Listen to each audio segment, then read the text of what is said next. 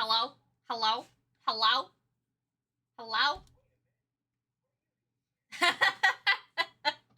Hello, everybody. Welcome to the stream. Hello, hello, hello. Hello, hello, hello. I need to get your screen back on because I popped it out. And now Discord's like, what the fuck are you doing?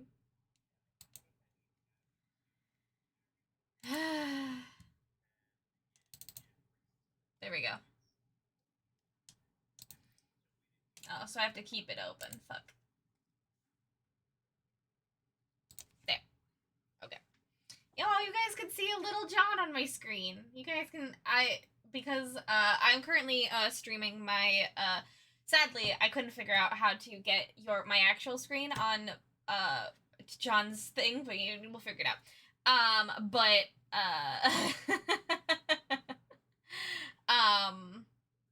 I'm drawing a taser.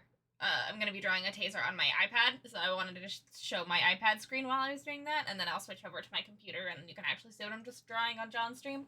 But currently, you can see John's little face. Little face. His little face. But yeah. Hello, everybody. Thank you so much for hanging out. Today, me and John are gonna be doing some co-working, because we have things that we need to do. I don't know if we can talk about why we have things we need to do, but we have things we need to do for reasons that you will learn soon.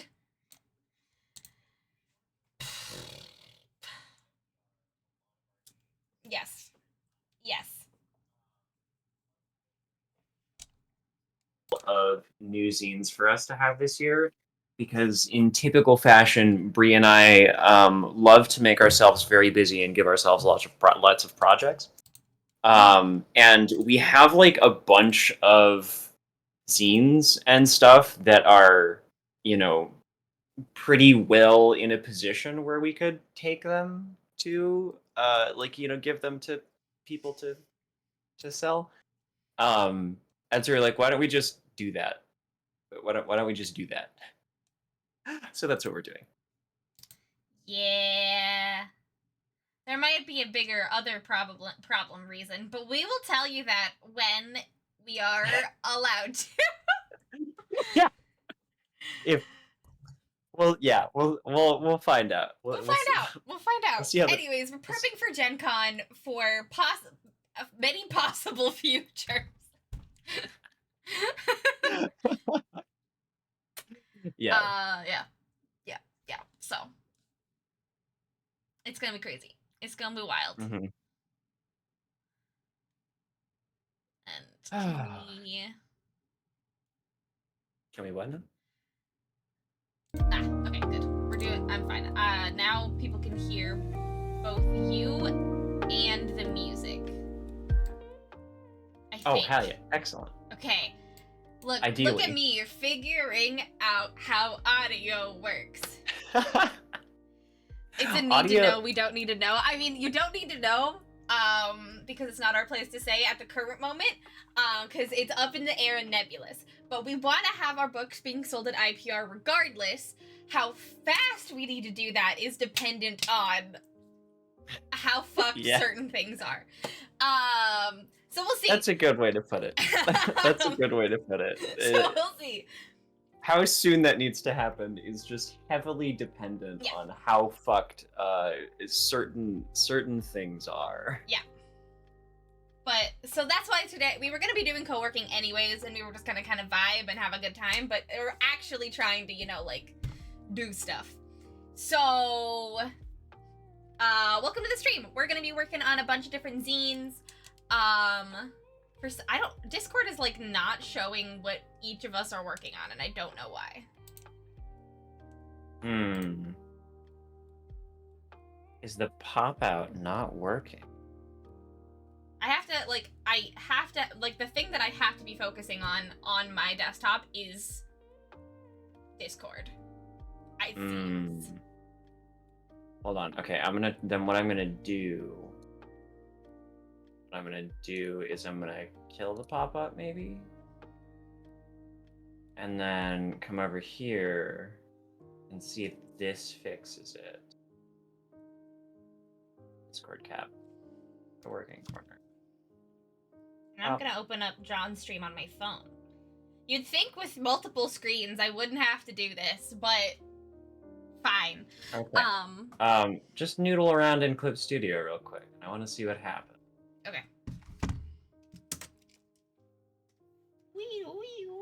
Okay, it works. Perfect. Great. Awesome. Now Perfect. you guys can see that Excellent. lovely little squiggle. Awesome. Okay.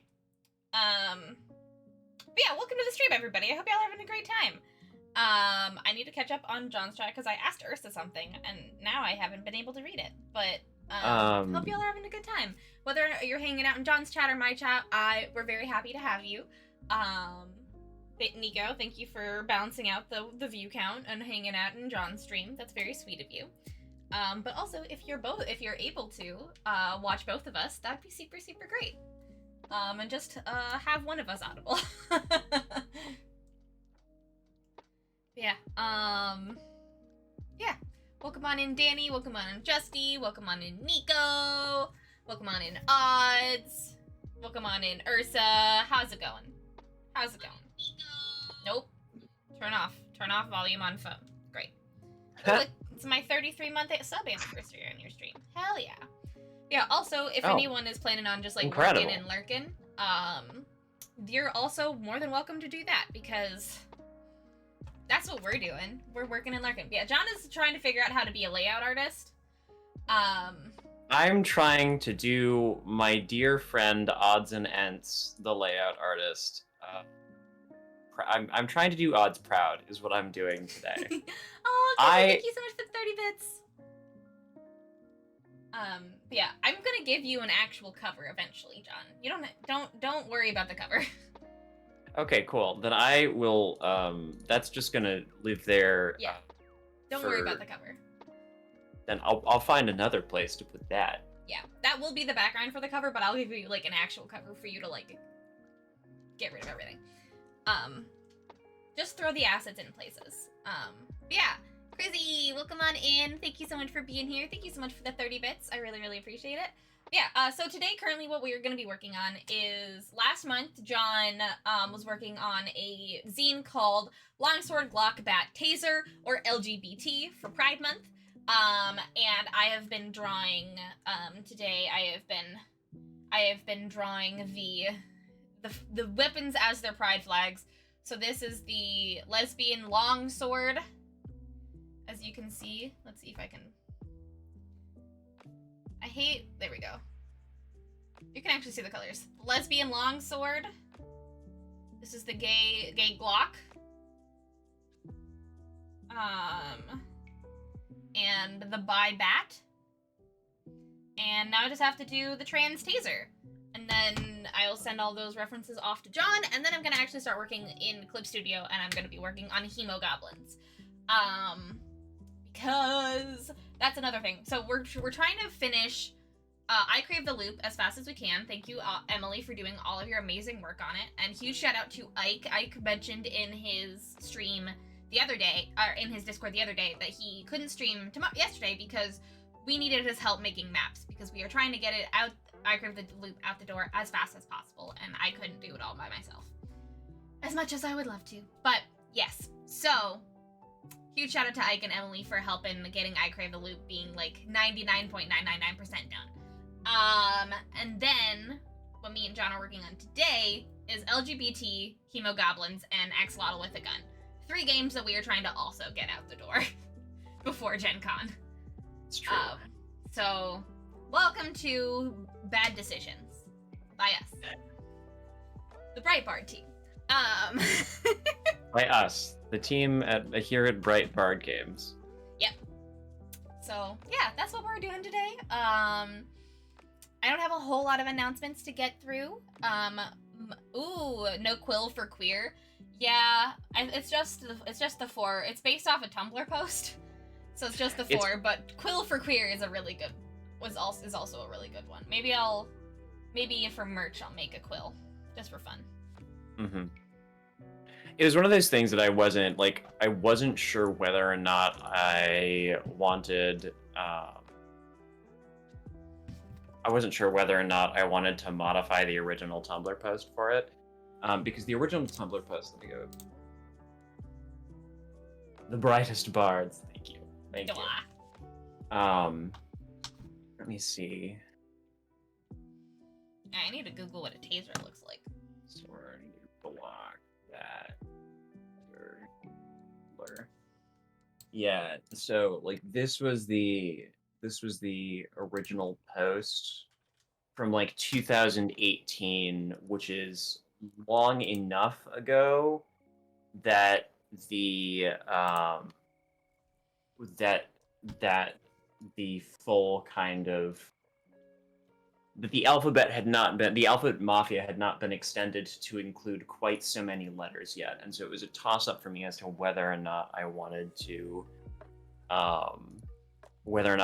modify it based on that. And kind of what I went with is that I stuck with the original 4 stats in part because I didn't want to write a 5th stat. And then basically, I think there's a place in here. Oh yeah, there's a like when you choose your weapon, if you belong to a queer identity that's not along one of those, you can just choose a weapon that starts with that letter, and it functions the same as like the weapon that you would have chosen. So yes, there is. Sorry, Danny said LGBT plus, but the plus is a sniper with crosshairs. The plus is a sniper crosshairs. Okay, but you've got me there. You've got me there.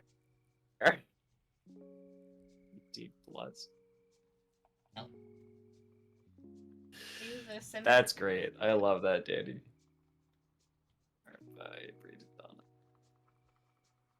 Cool.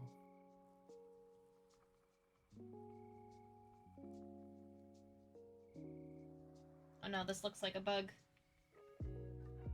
This looks like a Hollow Knight bug. A bug. It looks like. Does it look like a bug with a big ass? No, but I appreciate the reference. Bug with a big ass. Also, Discord has stopped updating again for you. I don't know. Well, why I haven't been like working this. on it.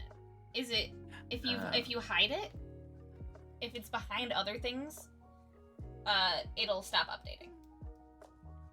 It has to be the only. Hey. Ah, sorry. Okay, hold on. It's coming back. It's coming back. It's coming back. I was trying to stop watching. Watch stream.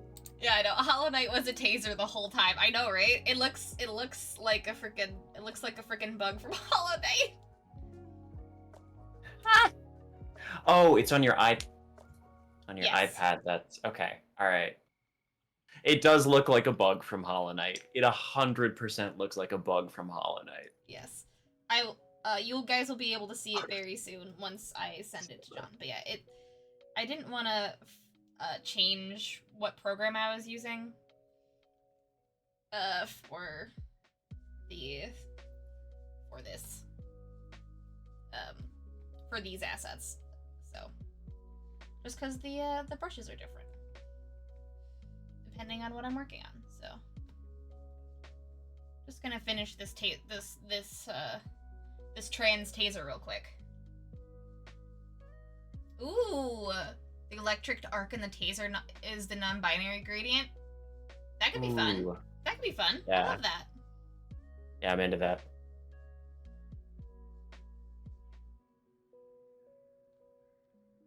Okay. Gemini! Oh my god! Gemini! Thank you so much for the 42 months! The answer to everything! Welcome on in, Gemini! It is so lovely to see you. Hello, hello. How are you doing? We are doing just a silly little co-working stream. Because we've made good decisions with our lives. Yes. Only good decisions here. And let's get some... No, not print. Wrong. PNG. Save. There we go.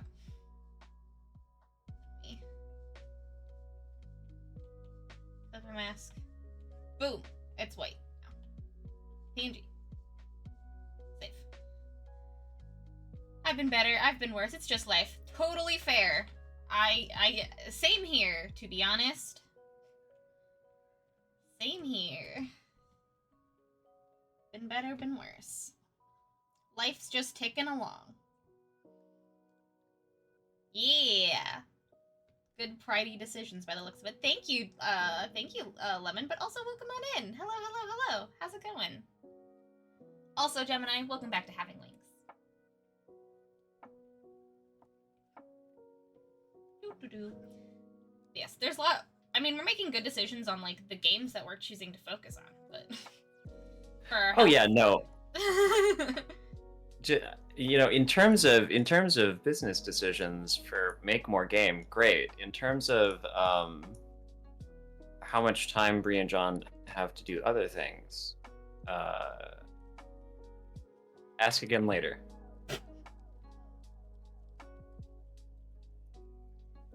Answer uncertain. Also, what I've been working on here was just putting an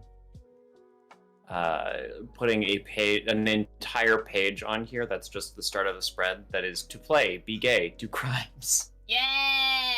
Pinocchio, thank you so much for the follow. Welcome to the brigade.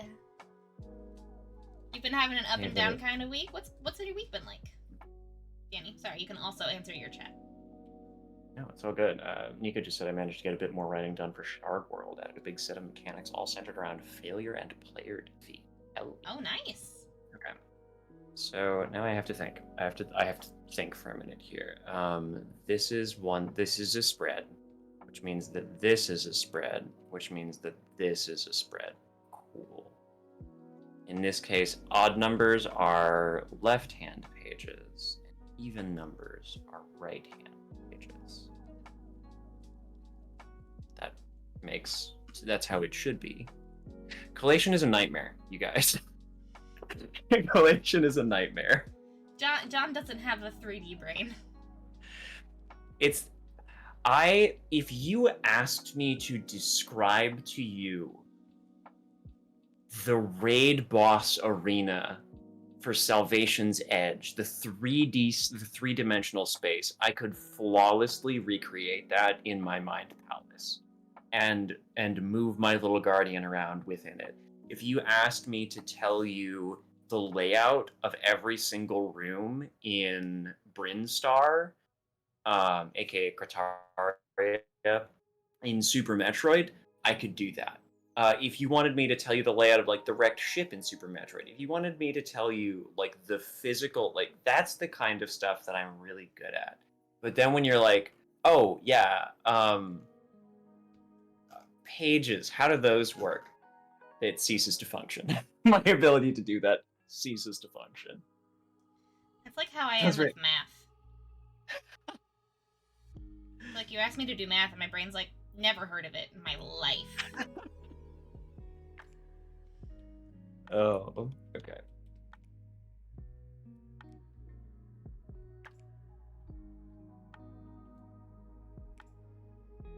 Okay. Hazards. The down being illness, that fucking sucked. Oh yeah, because you got strep throat. Yeah, I remember that. I remember you telling me that.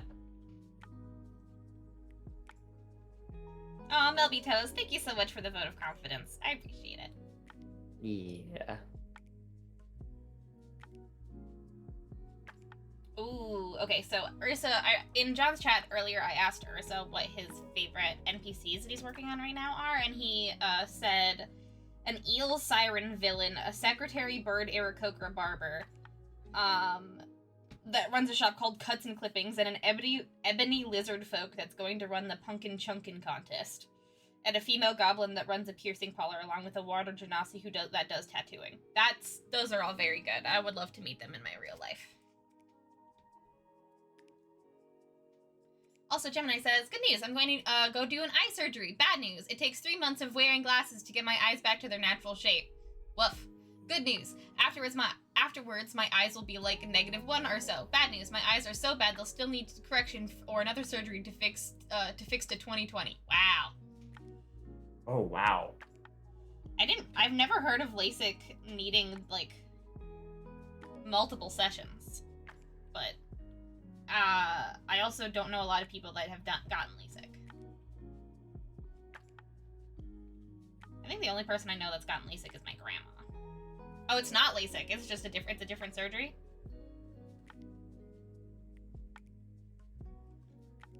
I am wrong.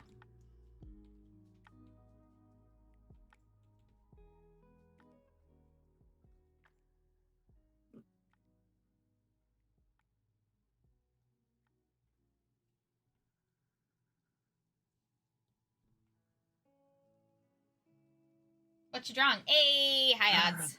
Emily, hello. You were just in time to watch me engage in a war against having too many words on a single page.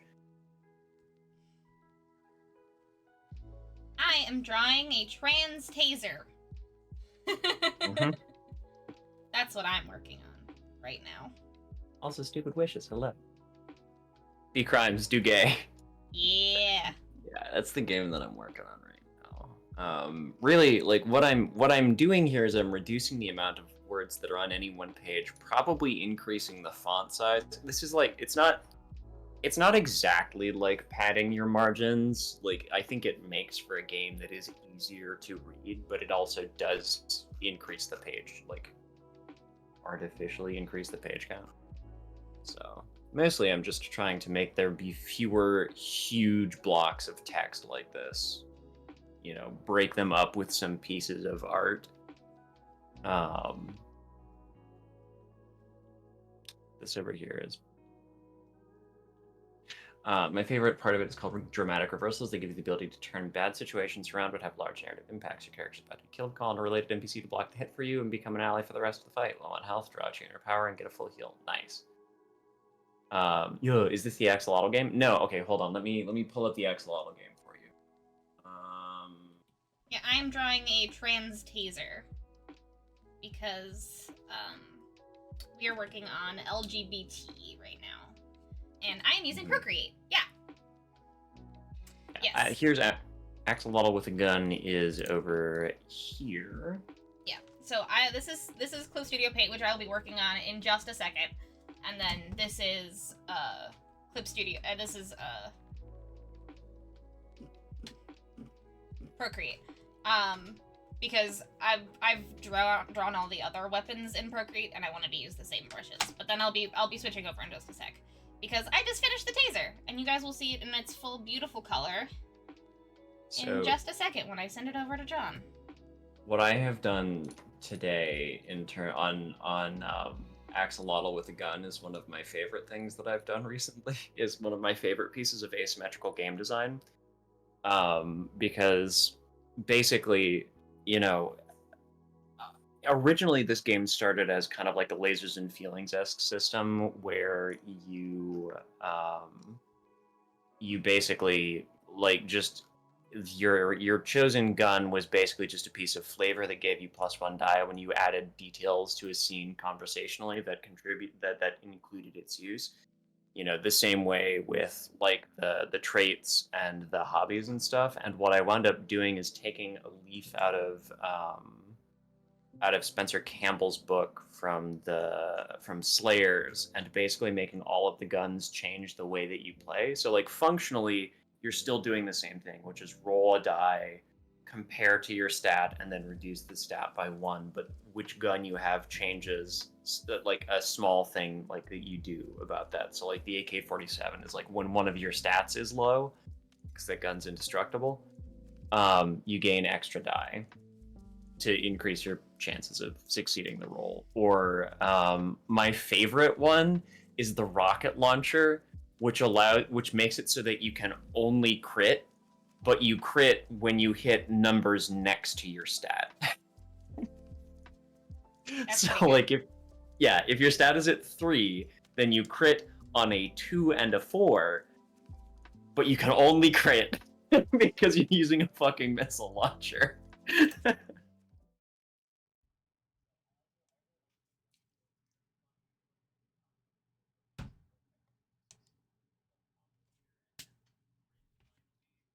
Unleash all of the bullets or like blaster bolts in your gun sword. and your crit is the value of your crit is equal to the total number of combo moves you've done so far, which I think is fun. Again, like all of these, you just play the game normally, but with a slight twist, and I think they're very fun. The Glock is just like, I was like, what's the personality of a Glock? And I was like, the Glock is the Toyota Corolla of guns. You know, like it's efficient. It's deeply fine. It's deeply fine. And so like I was just like, you know what? It's reliable. If you would have totally failed, actually no, you didn't. It's one success. Hell yeah. Hexaglockle. I'm now changed my screen, and now I have to fix my audio because I'm an idiot. Oh no. It's okay. I figure it out. I figure it out. I drive a Toyota Glock. Fun fact: the name Axolotl can mean water monster or water dog because the god they're associated with is the god of monsters. Yeah, I was reading about that today. They're like the god of like monsters and twins and stuff like that, which is really cool. Mm-hmm. Yeah, there's some really cool stuff about Axolotl with a gun. But yeah, that what I was just showing you guys what I was working on was Procreate. People were asking about it in my chat, so yeah, that's Procreate. It's super, super awesome. If you have a Apple device, you can get it on Apple for like $10. And you have it forever. It's super, super great. I really recommend it. I do a lot of my, honestly a lot of my work in Procreate nowadays. So, I really, really like it. Yeah, that's what I was working on. One day I will learn how to stream from Procreate. I haven't figured it out yet. Yeah. You can easily if you have a Mac computer. I don't. My iPad is my only Mac device. So, there's that. Yeah, that's what I did. I also sent you the taser assets, John. Oh, rad. Okay. Yeah. I'll go. I sent you the taser assets. Yeah. It's called ICL, Implantable Collamer Lens Surgery. Oh! Okay, so you're like replacing your Collamer lens. Interesting. That's a hard thing to do. And those, I mean, that's a hard surgery to do. Very cool, Gemini, and best of luck to you. I'm very sorry that you have to do it, but like also congratulations. I had news, but I forgot. No worries, odds. I used Procreate once. It was nearly 17 years ago. Finished product is nice quality, has some neuroses, but overall 90 out of 10. I mean, the way the Procreate works right now is like super flawless. It works really, really well. I really, really like it. I'm very glad that I use it. Okay, I'm gonna go back to streaming LGBT for now. Yeah. Alright. Now, chat, you get to watch me draw a goopy blood goblin. Yeah, Hemogoblins is about being a bunch of blood goblins fighting the vampire mafia inside an anemic person's body. Which is the most chronically ill game I have ever written in my life. Look, we make games for gay people, people that like little guys, and that's about it. Yeah. I'll turn up Discord cap. Yes, it's very Osmosis Jones. It's a very Osmosis Jones kind of game. Yeah.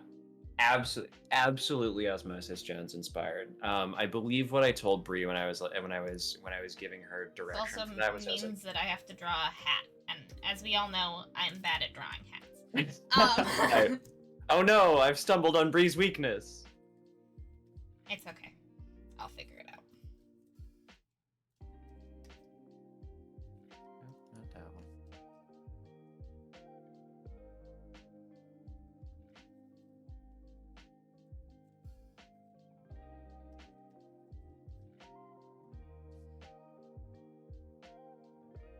Ooh, thank you, Alistair. I appreciate it. I will open that up for me later. Oh, procreate also means make kids. I wasn't paying attention at all. Alistair. I was like, oh, I didn't realize procreate was been out that long. Gotcha. Okay. Now, my brain isn't fully here yet. I used it all when I was at con, and now we're cranking out games. So I'm not really here. This is a shell of Bree. I'm a shell of myself. Ooh, also Caldwin, welcome on into John's chat. Caldwin, yeah. Axolotl was god of monsters, twins, deformities, and fire and lightning, as well as being the psychopomp that guides souls to the afterlife. Yes, it's a very, very cool. It's a very, very cool animal, and sadly, most of them live in captivity or as pets, because the one lake that they are from is the lake in Mexico City. And that's the only place that they live in the wild. And I'm sure you guys can guess how well that goes for them.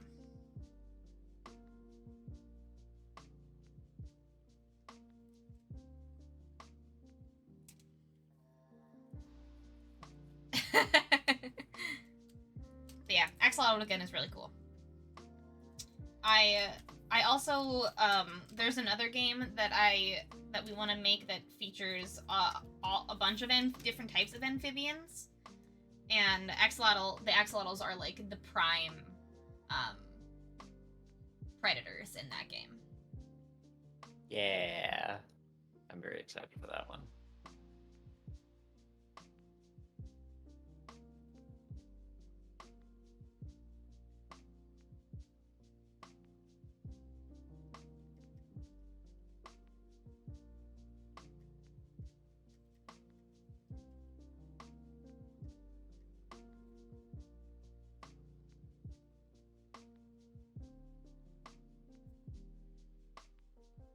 I did not ever finish Amphibia yet. I'm sorry. I'm sorry, Danny. I really should.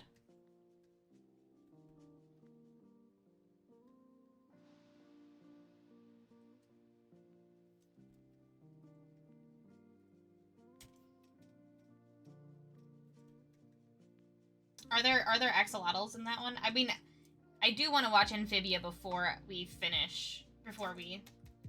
work on the other game. Like we said, I still have not been able to connect my tablet pen, and I'm very envious of your drawing time, even if it is work.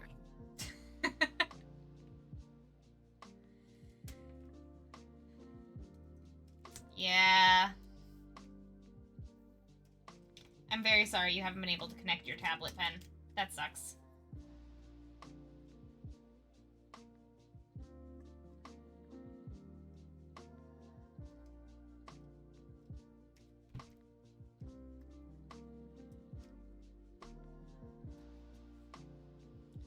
I think so. Baby salamanders and axolotls look very similar. That is true. Axolotls basically don't get out of their second like the amphibian second phase. Axolotls basically just stay in their teenage body, and which is why they can only be in water. Fun facts.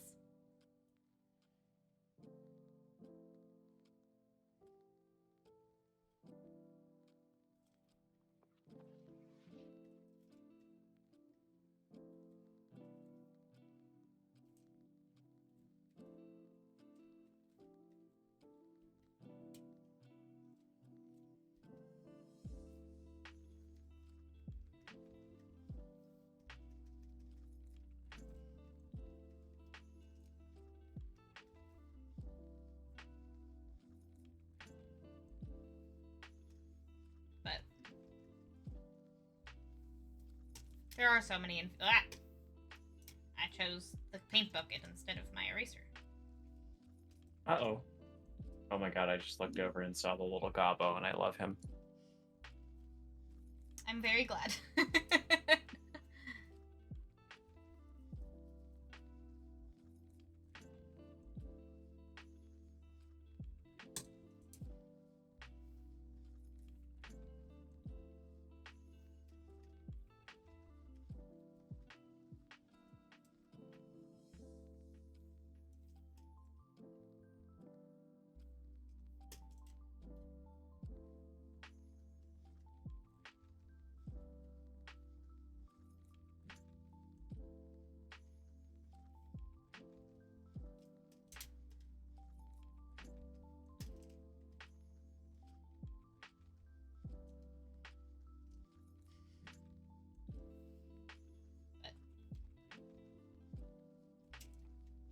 To reassure you, Danny, Amphibia is on our list of things to watch while we work on that other game. But as you can see, we have a million other games to work on. Yeah, and I will also say something that I have gotten into recently is Dungeon Meshi. I started watching it over Convergence, and I get the hype. I am obsessed. It's an incredibly good show. If any of you haven't watched it.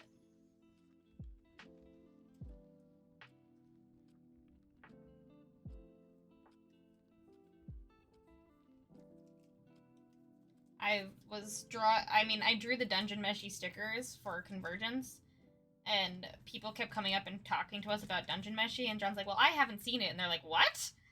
And so he started watching it. Yeah, it's true. I was like, I need to go do research. I need to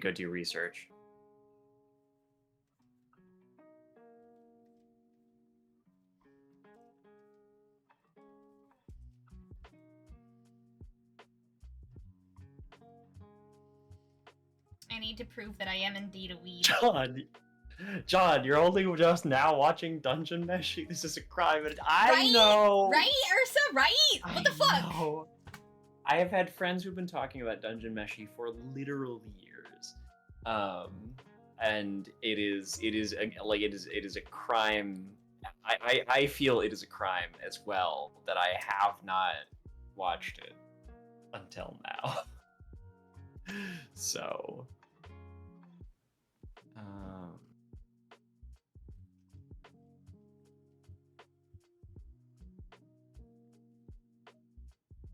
my friend, listen, I'm on episode 17.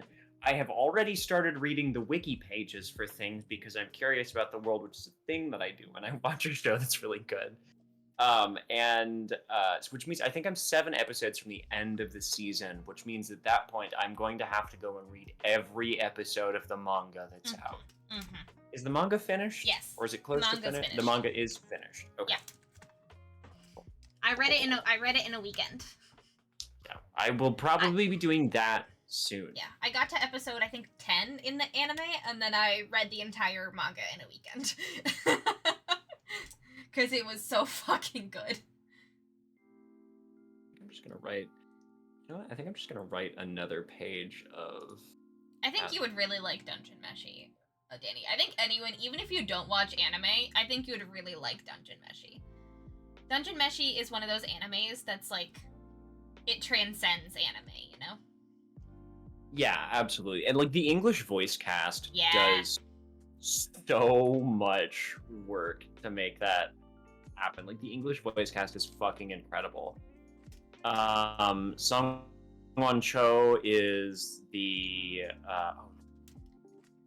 you don't know his name. I was gonna. Sung-won Cho is, or AKA ProZD, is the voice of Senshi. Yep. Good job. One of the Smosh actors is the main character. Is Laios.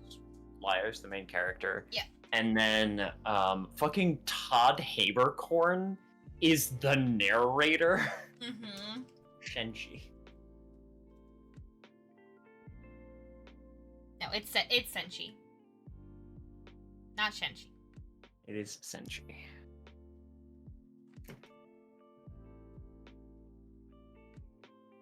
I'm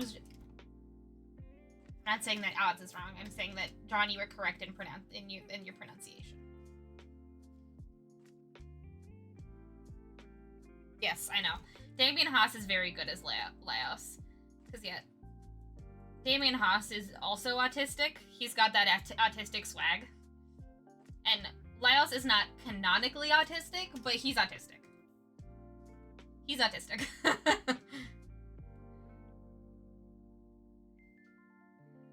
Yeah, see, that's what I thought, Odds. I was like, no, John, she's not correcting you. She's just typing fast. Yeah. Hi, I'm Puddle Glum. Welcome on in. Welcome to the stream. I'm drawing a little guy. Oh, he's looking so good. Oh, he's looking so good. Additional assets I suppose we could use for hemogoblins now that I'm thinking about it would be, you know, like I'm just thinking of like noir tropes Mm-hmm. would be something like a glass of whiskey, like a cigarette butt like snubbed an overflowing ashtray. Um, God, like a heavily like marked up notebook with a blood splatter on it. You got it. That kind of Yeah. stuff. Some noir assets. Mm-hmm. Yes, exactly. He has that ADHD swag. Yep. Yes, he does. It is a very good depiction of D&D groups. It's a really good depiction of D&D groups, and it's such an interesting, like, I mean, as someone that loves D&D, it's super interesting in, like, the D&D context. And the world building is on point, and it doesn't, like, and the way that it, like, talks about, like, consumption and, like, what consumption means in a bunch of different contexts is super interesting. Like,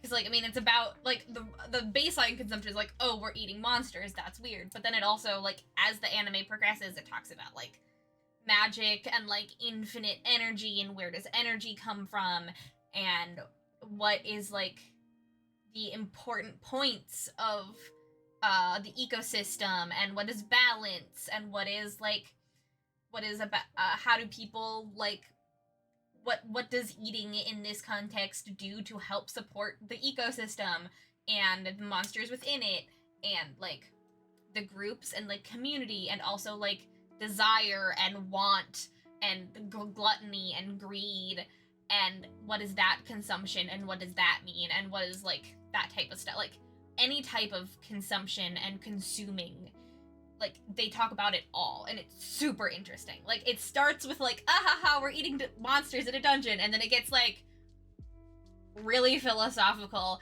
in a really cool story way. Anyways. I love it, and it's like I could write a paper on it type of thing. So I could write a paper on this type of thing.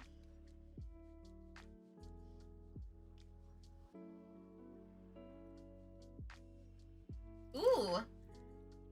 If you wanna send, if anyone wants to send me like their favorite like noir stuff or in like links for later, go for it. Like send me some vibes. Because when it comes to like zines like this, I ask John for vibes and then I just draw a bunch of stuff and then John makes do. Or Emily makes do. And one of us makes do. There's not a lot of art direction, really. Yeah. It's kind of just how we kind of just go ham.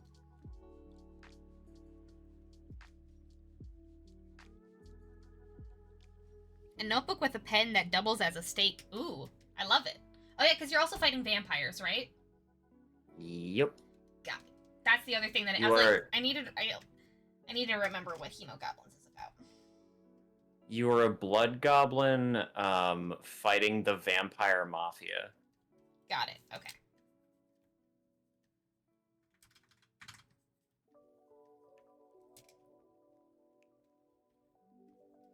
I might draw a few blood goblins then. Goblins don't take very long to draw. Excellent. What do you guys want? What do you guys think that the vampire should be in this world? Because I don't want to get like too what's that one anime about red blood cells and white blood cells? I don't want to get too into that, but you know, similar vibes, but in goblin context.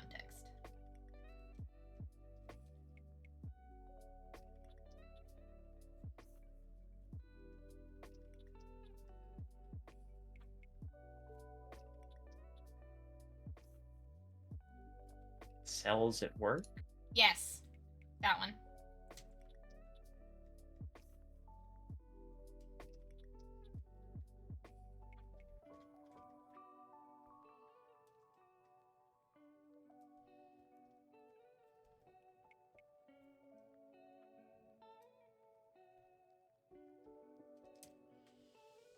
could do a coconut water goblin. That'd be cute. Coconut water goblin. That'd be very cute.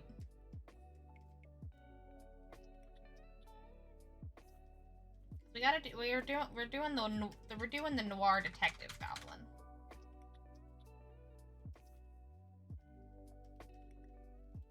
Here's his little hat. And his little hat needs to be a bigger hat.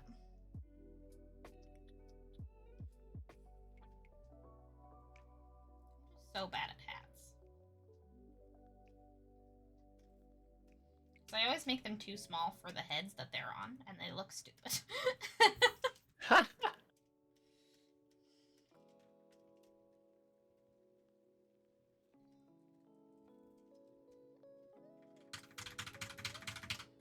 fine. I'll fix it in the line art. Ah.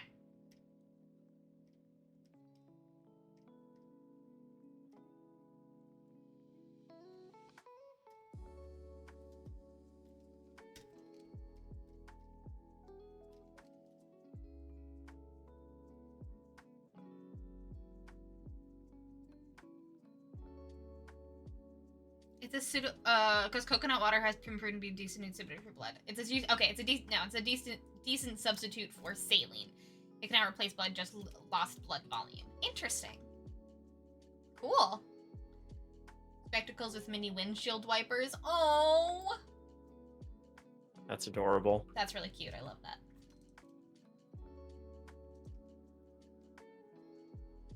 Should the vampires also be goblins, or should they be something else? This is my question.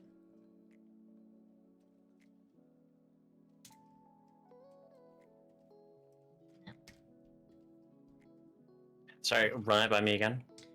Should the vampires also be goblins or something else? Hey, thank you for the lurk, Amity. That's a great question. That's a great question. Yeah, I'm kind of with odds. They could be really thin and spindly. Yeah. Okay. I like it. Less of the round goblin and more of like the goblin energy there. Ooh, okay. Vampire Mafia should be kobolds. Ooh. In a trench coat. I can make them kobold-esque.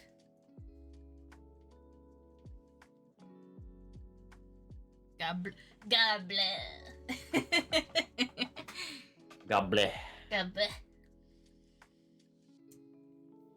Yeah, I can make them more spindly and pokey.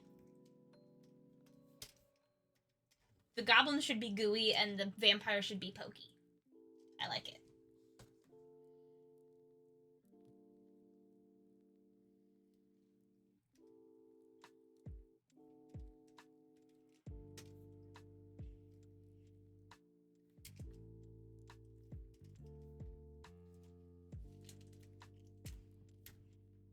My scrunchie was getting in the way. Oh no. I had to take it off.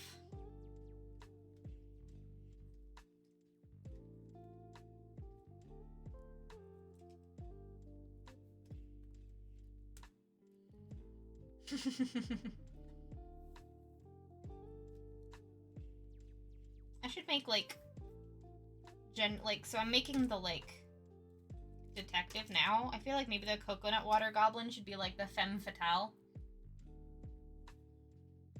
Ooh, I kind of like that. I'm into that. I'm into that.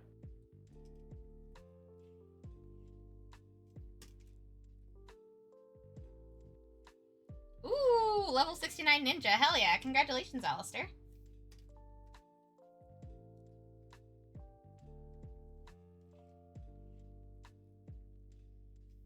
And very nice.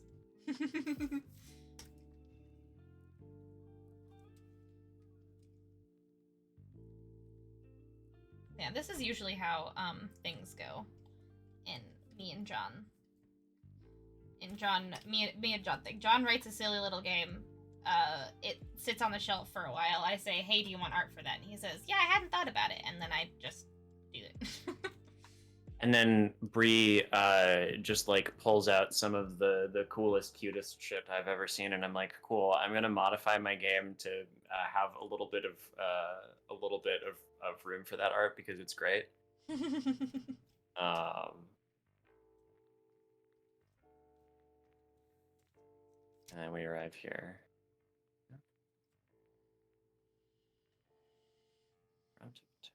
I like what you're doing with the layout, though. All the little weapons. Thank you. Mm-hmm.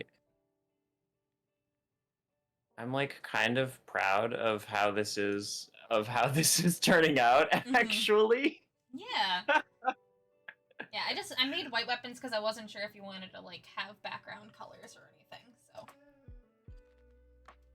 but you don't have to use the white weapons. Yeah, I'm considering. I can also just I can also make like the actual flags for things. I can like make flags for things as well if you want to. Flag colors.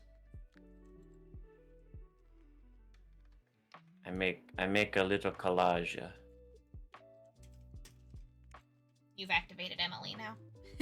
I know. I said I'm like, oh, I'm gonna make a little collage, and I'm like, ooh, this will activate Emily. Ooh, coconut water goblin should be a priest. Oh, that's fair. Oh, that's a great one. Can there be a secret? Oh yeah, Secretary Gobbo. Yeah, tell me. Okay, what tropes of goblins should I do? I might not be able to do all of them, but like, what tropes of goblins should I draw for this game? I like the priest. I like the secretary. There's got to be a femme fatale. Also, Agreed. Hemogoblins is also very short, so like I can only draw so many before taking over the text. But it's gonna get longer. Okay. I'm going to adjust some things about that game, and I'll make room for stuff. Femme fatale. Yeah, femme fatale and secretary, usually two different people. But they could be the same. They could be the same, though. Kingpin style. Oh my god. Oh my god. But that would be the mafia. That would have to be the. But I mean, it could be fun. It would be fun though. Yeah. It'd be fun though. So today is Breeze draws a bunch of noir goblins.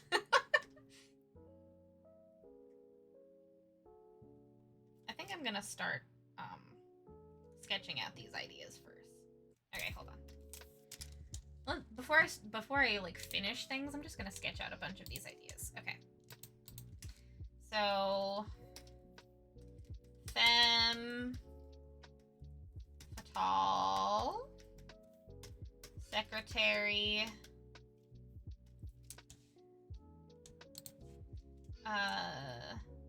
spiky, vamps,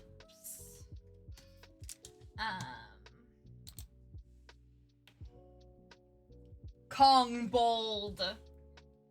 Longbold. Kong bold. King. Pin. Guy. Incredible. Harvey Bullock type character. I don't know who that is.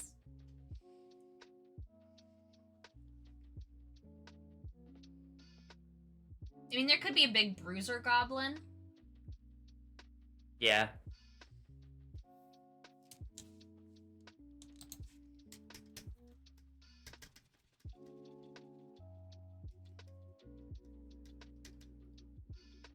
I'm just going to Mentopolis in my brain and being like, what were the vibes?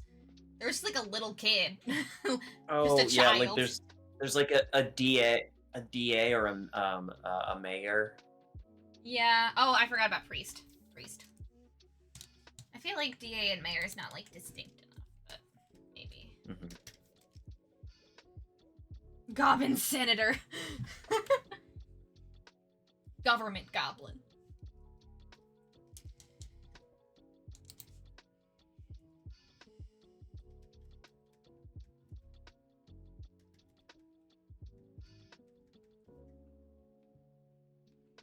Just a really dirty scumbag to type with a strong sense of justice. Yeah, that's what the first one is. That's what the first one I'm supposed to be drawing is. Because he's like a little detective goblin.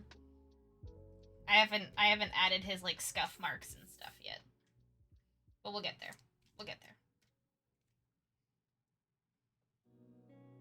Okay. Let's think of a femme fatale goblin. They gotta have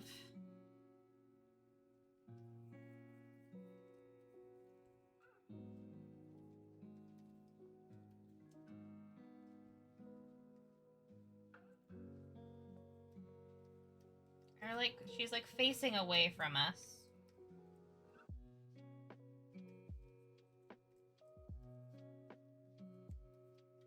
No.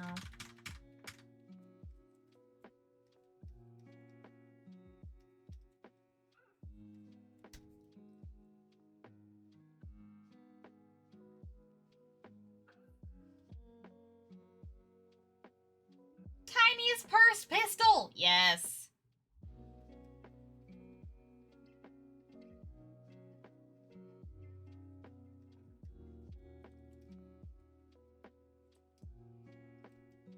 She's got like a big old like ruff and a little skirt.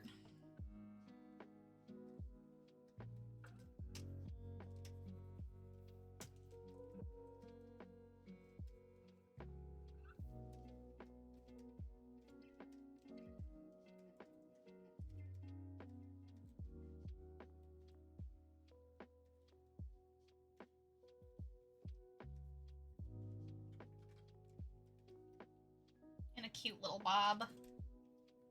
Oh my god. Oh my god.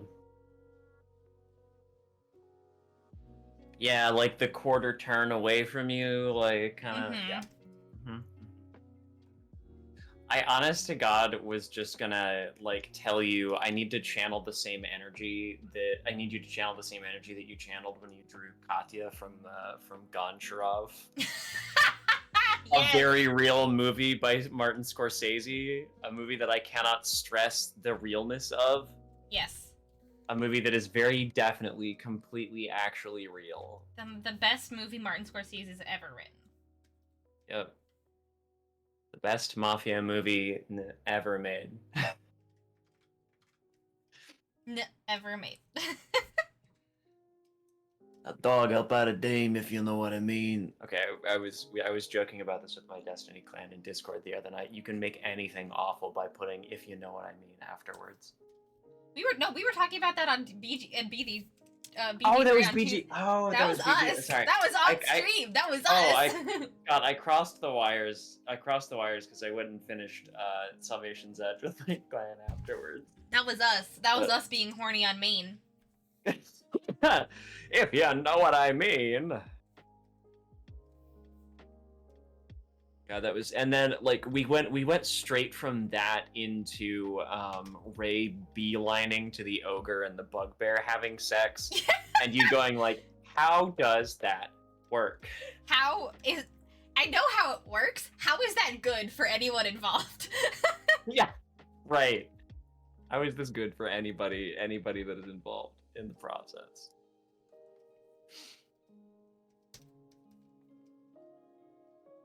That guy's so big. He's got little legs. Got itty bitty little legs. He's huge. I'm just channeling the fix. Those are comical and I love them. Send some vibes in the links for later. Thank you. All right, chat. While we're giving Bria ideas for this, I need some ideas for like random scene hazards for LGBT. So if you like in a slice of life, LGBTQ, like LGBT, like in a gay slice of life game where the tasks are things such as like kick corporations out of your local pride event, or like help your friends realize that they've been dating each other for years and don't realize it, or like get in with the local RPG polycule, or like road trip to Pride. Like I need some hazards. Like what are things that could be a hazard? Not like a big bad guy necessarily, but just like a thing that is troublesome in the scene. It could be people, it could be things, it could be random happenstance. Pothole. Pothole. Straight and simple. Pothole. Too many flags. Some of the ones that I have written for the existing list of potential hazards include a shifty contractor, a mischievous animal, a clumsy rent-a-crop, all the way up to a bloodied gangster who is definitely not in the middle of a bank heist.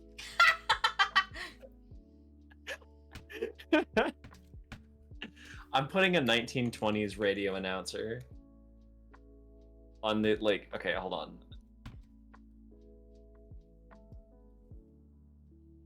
Calibri. This is the priest. The priest isn't really all that interesting. 1920s. Because that's how priests are supposed to be.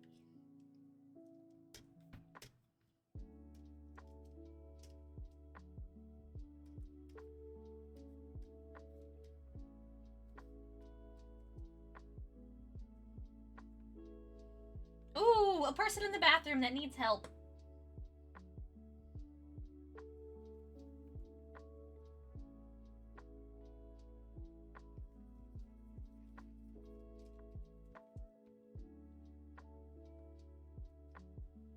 This is gonna be a government guy. This is gonna be a government goblin leaning on nothing.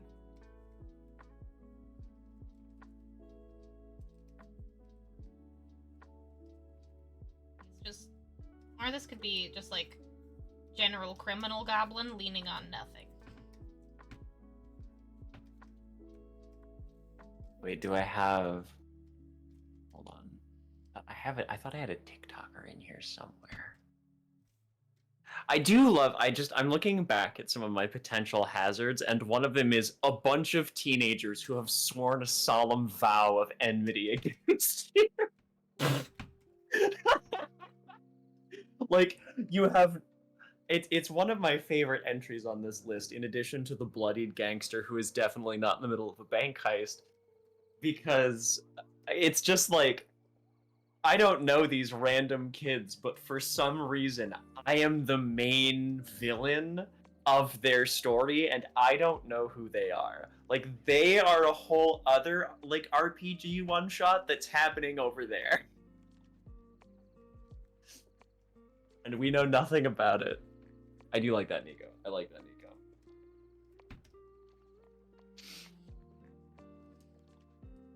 Okay. Random talker. Street. All right, let's design what these vampires look like. I've done the very, very brief sketches of what our heroes will be. Incredible. Incredible. Now I gotta figure out what the vamps look like. A bear.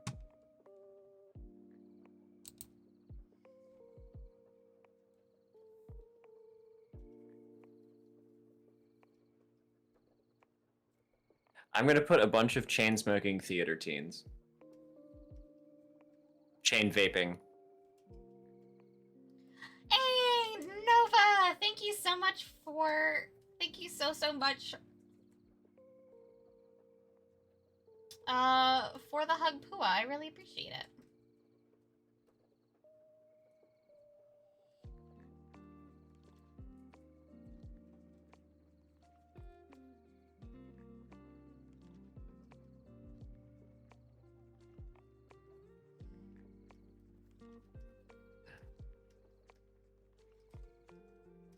Also, welcome on in. Let me get Pua.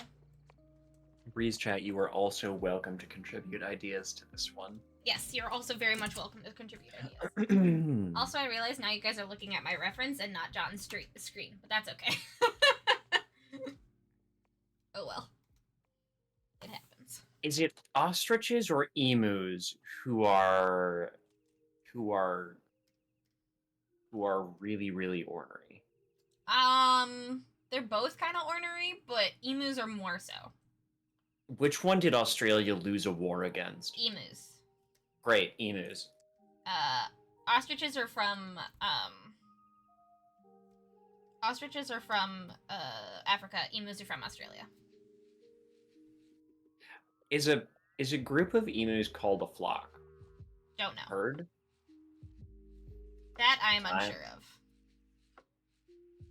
What is a group of emus called? Mob. Even better. I think we know why. I think we might know why. I think we know why. A platoon after the war. You know what? I'm putting that. A platoon of particularly foul-tempered emus is now a threat. These got so unhinged the farther in you get. There's like some really normal stuff, with the exception of the goblin, at the top of this. And then like by the time you get down here, by the time you get to this second page, there's some really fucking insane ones. A platoon of foul-tempered emus. I'm approved to be a vendor at my local coffee shop this September. Hell yeah! That's amazing odds. I also really like the earworm. Yeah. Super annoying earworm. Oh, what are some other good ones? What are some other good?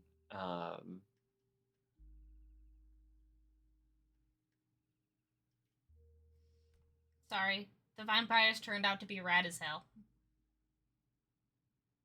The vampires turned out to be rad as hell, you say? Oh my god. I'm sorry, the vampire looks rad as hell. God, he looks so cool though. He looks so cool though. I want to be that guy's. Oh, I don't want to be that guy's butt. But I do want. He's like Brennan's shot. Like I get shock jock. Kind of. Yeah. Vibe from that. How do I give him hair that isn't fucking awesome? Does he just have needles sticking out of him? Bowl cut. I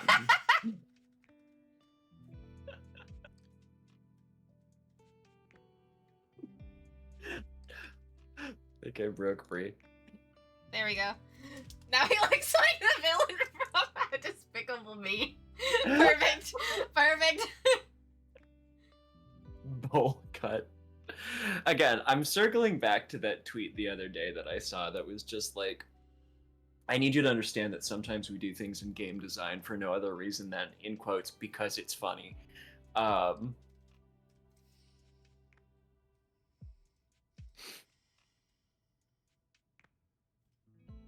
Oh, alright.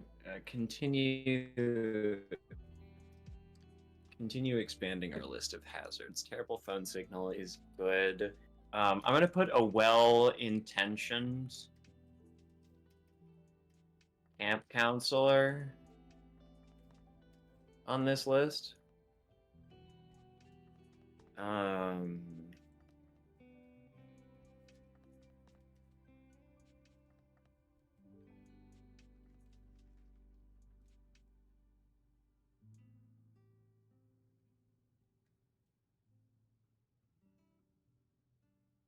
A fleet of escaped shopping carts. I feel like an alien, like a small scale alien, I'm gonna put in quotations, invasion. I don't know why I put that in quotations, but it's gonna be in quotations. That's up for interpretation. Maybe actually not small scale, a half-hearted, half-hearted alien invasion. I love half-hearted. That's hilarious. Wait, yeah. Are you saying, Nova, that Australia tried to shoot down Venus? Or that the emus tried to shoot down Venus? Australia had to go to war with the emus because they were trying to kill God.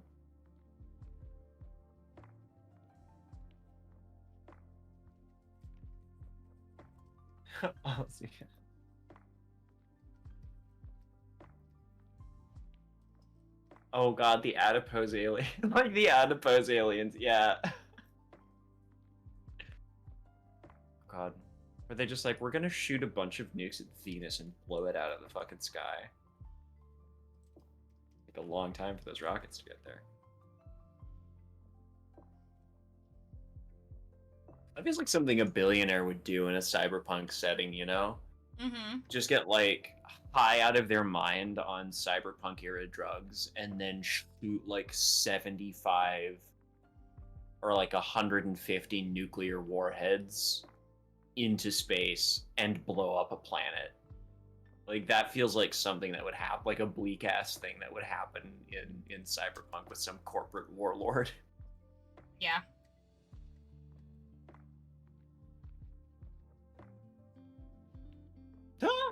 Bunch of teen aliens on spring break.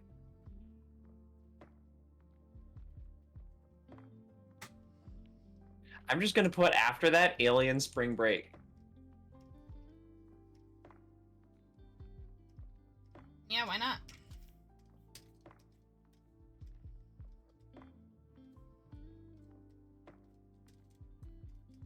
I'm sorry. I have such a hard time not drawing things that aren't rad as hell. Hey, you kind of do. You're too good. I'm too good. It's all right. If they're bad, I mean, hey, just because like they're little annoying voice, they're stabbing your insides. They could be rad as hell, but they are stabbing your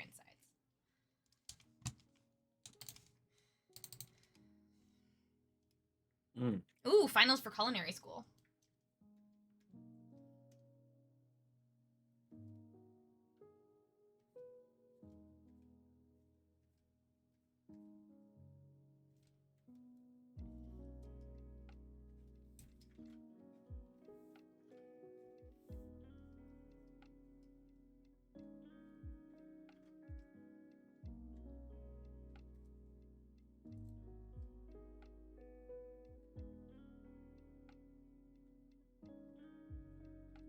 Here's one. Geese.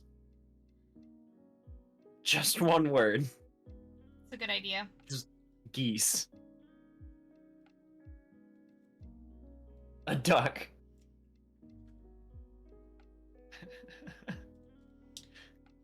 Daniel will thank you for putting that on there as a hazard. The duck? No, the geese. Geese. Daniel, hates geese.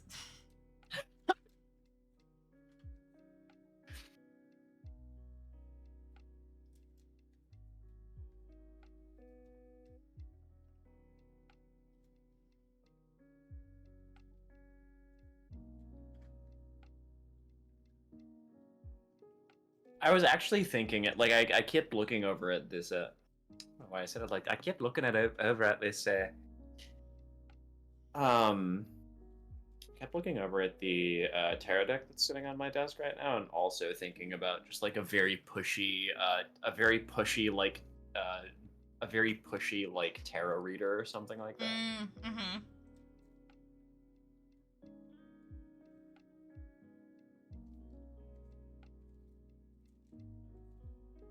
Geese and hot cheese are my favorite guy. You know, just for you, Melvie, I'm gonna put in hot cheese. It's gonna go up here. It's gonna go in between a bunch of chain vaping theater teens and a platoon of particularly foul-tempered emus. Where it belongs. No. Was that a hazard to lactose intolerant people? Lactose intolerant was the real hazard here. Mm-hmm. Trying to think. What are some things that I just see around the city?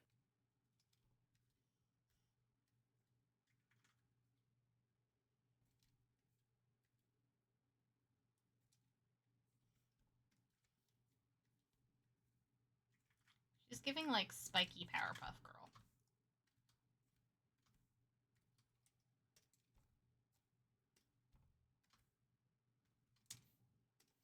And I'm okay with that.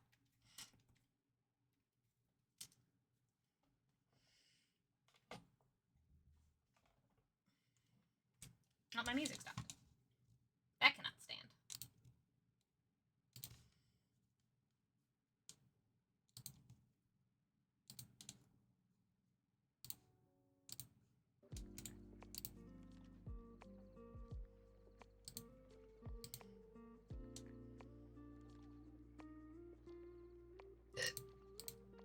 I'm putting a really good barcade on there. Oh my god. I know what you're talking about.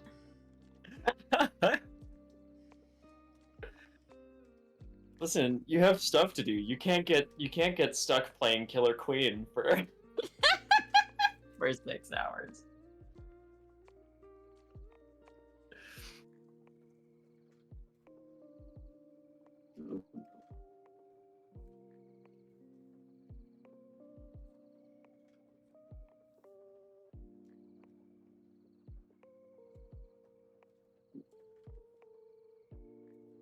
Musical scene and a flash mob are also very good. Very good.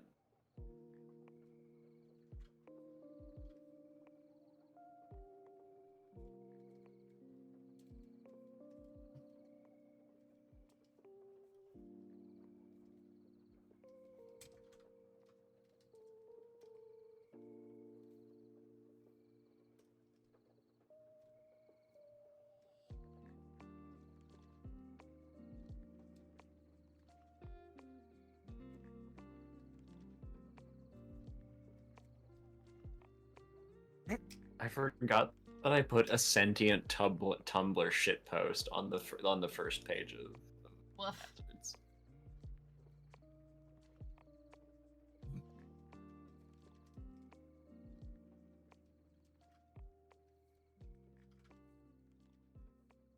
Listen, you're trying to hook up your two friends, and the haiku bot, and the fucking DNA analyzer bot keeps popping up behind them and analyzing the number of C's, G's, A's, and T's in the last 2 sentences that they said, and telling them what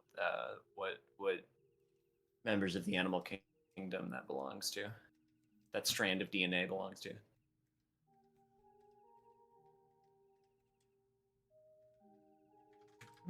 A cursed artifact of incalculable power.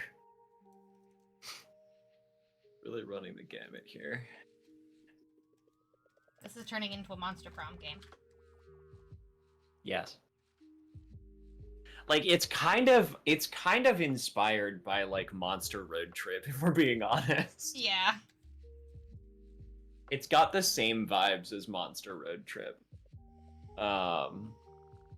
Or like again, it's another one of my games that is very like Scott Pilgrim in its where the world's just like whimsical and comic booky.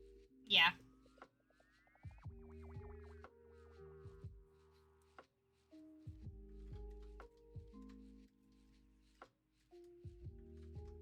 Even their gun is spiky. Oh my god. It looks like they're shooting a Toblerone at you.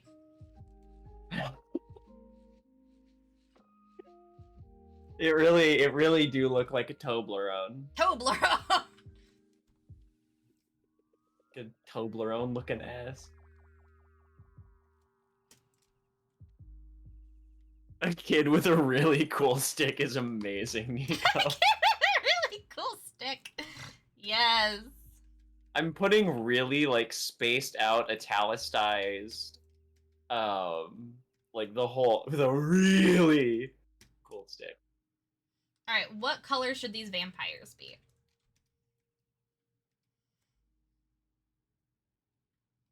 Like, what is the thing that is hurting you?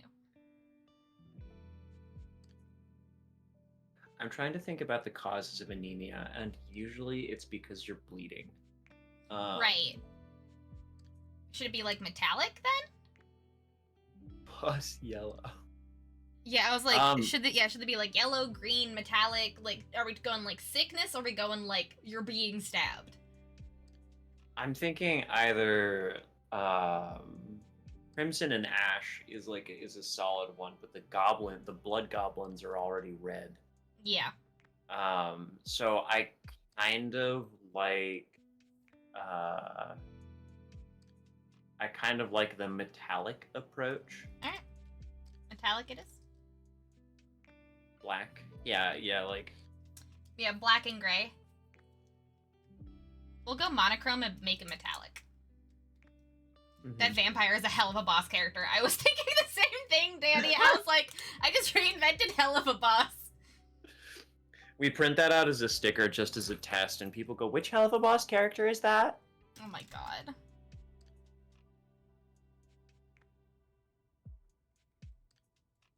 Nico, there's some friends of ours who we see at shows sometimes. You have a bunch of really, really good Hollow Knight merch, including some stickers and like prints of Troopmaster Grimm from the carnival. And every single I was actually chatting with them about it afterwards, and like the number of times recently that somebody has come up and been like, oh my god, is that Stolas? That looks like Stolas. Are they inspired by Stolas? And it's like, no, Troopmaster Grimm has existed for so long.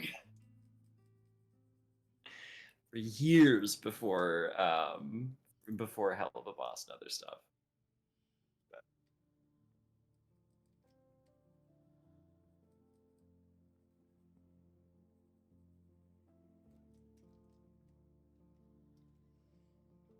A really cool stick. Oh, is this your hell of a boss, OC? No, this is a vampire from my game about blood goblins. What?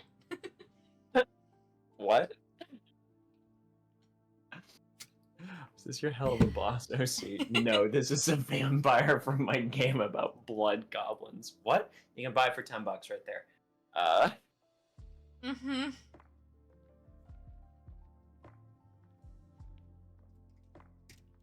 Oh god, the sheer volume of Hell of a Boss cosplay that we see right now. I mean, it's the thing. It is the thing. What was the thing like? What was the thing last year? Genshin, kinda.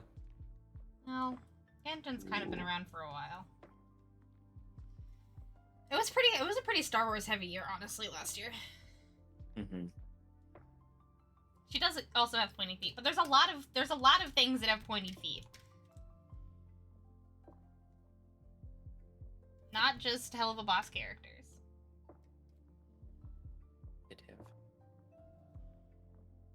So that is the thing right now.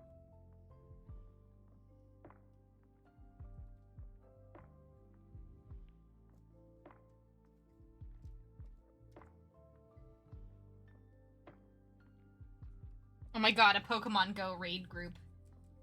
Yeah, I put a super competitive Pokemon Go raid group. That's great. Yeah, that was a great contribution, Nico. I'm really tempted to make a really round frog a hazard. Why not?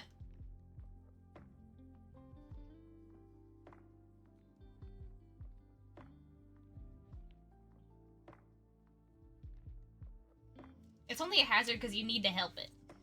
Yeah, it's only a hazard because it is cute and helpless. Like, some of these things are, like, cute and helpless. I mean, you're like, oh, I gotta stop. Or, like, it's fun, and you have to tear yourself away from it. And some of these are, like, you know, a bunch of teenagers who have sworn a vow of enmity against you. You are the main character, and you are the main villain in their anime that you have no idea about. I do also have on this list a pink-haired goblin and her beanie-wearing sidekick. Their intentions, pure. Their methods, chaotic. Incredible.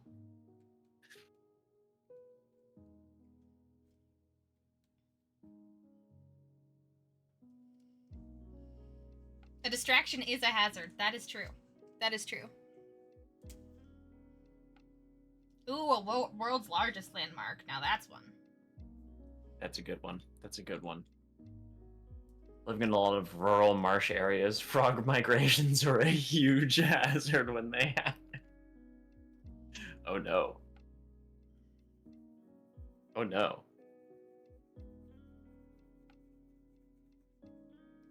This isn't much, this won't fit. 3 more. A mall ninja. Not a mall cop, mind you. A mall ninja. Yeah, obviously. So, okay, there's a... Ninjas and samurai, two very different things, Yes. opposed to each other. So Yes. there's the mall ninja. What is their counterpart samurai?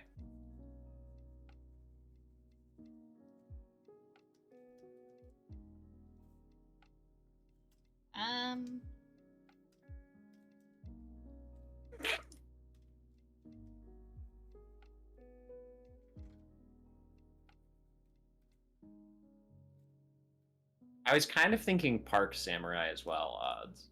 Park Samurai is pretty good. Also, a line of Spider-Men doing it for the Vine is great. It's great, Melby.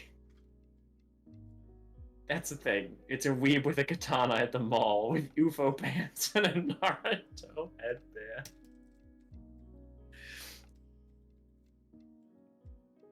Alright. I'm gonna read from top to bottom. You know what? Here's what I'm gonna do. I'm gonna put geese at the end of this list.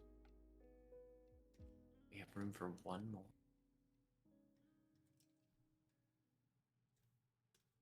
Oh, I like Park Pirate.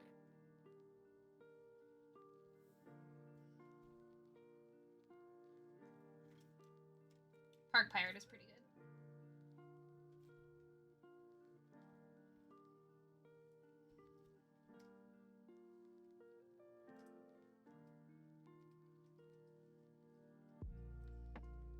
Oh my god, look at this vampire! Why are they so cool? Why are they so cool? I'm sorry, I didn't mean to make them cool, but it happened. It just happened. It just happened that way. It just happened that way. I'm planning on making 4 vampires and then putting them in like a thing. So you're like, these are the vampire. This is the mafia you have to fight against. I'm just gonna like honest. When I go and work on the game store, I'm just gonna write about them. All right. So from top to bottom, here's our list of potential hazards. A room full of vampires. I like that better than a well-meaning camp counselor.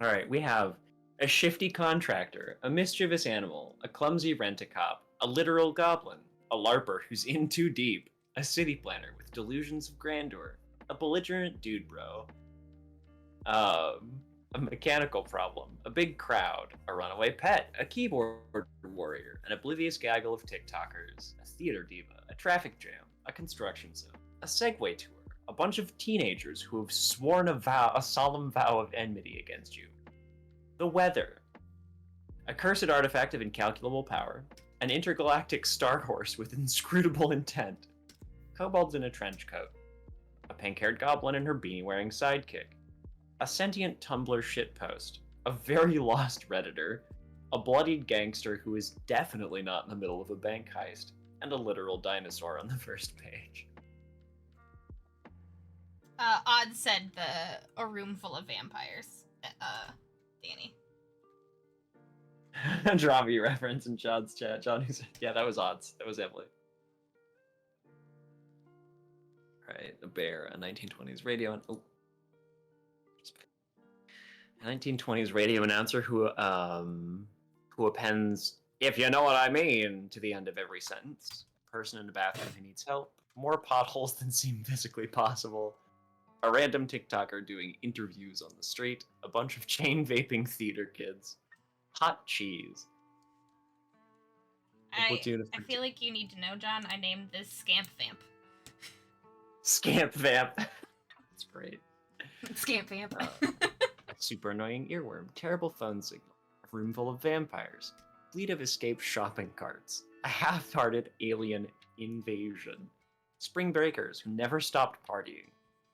Televised competitive... Oh, you know what? Okay, I'm going to replace the Spring Breakers one with just a Greek chorus.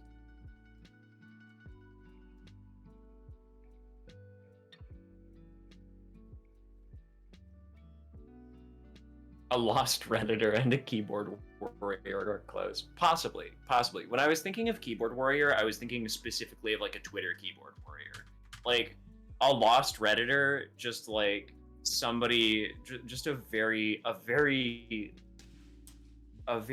lost person with very niche interests, who spends most of their time online, and is kind of like awkward or something. And when I thought of the keyboard warrior, I thought of like your Twitter keyboard warrior, who will show up in your comments accusing you of being a mass murderer for like getting a drink at Starbucks or something like that. A thing that happened to someone that we knew this weekend. A real thing that happened to somebody we knew last weekend. Mm-hmm. Where they paid, like they threw some cash in a pool, like a common pool for somebody to go on a drink run. What I might actually do for the keyboard warrior is just put like a Twitter keyboard warrior. But somebody threw cash in a common pool, and somebody happened to be making a drink run, and that person just like ran next door to a Starbucks because it was the closest coffee shop within like a 3 or 4 block radius of the. Or it might have been that it was just the one in the hotel lobby. Yeah, wasn't it was the one in the hotel lobby. Yeah, there legitimately wasn't a coffee shop, I think, for a few blocks, and there was one in the hotel lobby that just served like shitty Starbucks coffee. And so the person just like ran down the hall, got everybody coffee, and came back, and then they posted a picture of themselves at their booth, and then a bunch of like teenagers showed up in their Twitter comments telling them that they were the worst human being known to man for drinking Starbucks coffee. I was like, listen, man, there are hills to die on, and somebody brought me coffee on a drink run at a convention from a company that has problematic ties is not a great hill, I'm going to be honest. Okay, I gotta do page numbers now. You have 4 stats, page You're not 3. spending every second of your life being miserable about activism, and then you're as bad as the worst person ever. Yes, exactly. If you're not spending every second of your life being miserable about activism, then you're as bad as the worst person ever. It's one of those things where I think a lot about a quote that I've seen running around before, which is that like a big problem in progressive or leftist online spaces is that they are more concerned with moral purity, with never doing anything wrong, than doing something right or getting something done. Yeah. And that's the kind of energy that stuff brings, where it's like you care more about the appearance, the aesthetic of righteousness than you do about actually like accomplishing it. Yep. Yeah, pretty much. Okay, roll the dice is now... Build your dice pool and roll the dice is now page 6.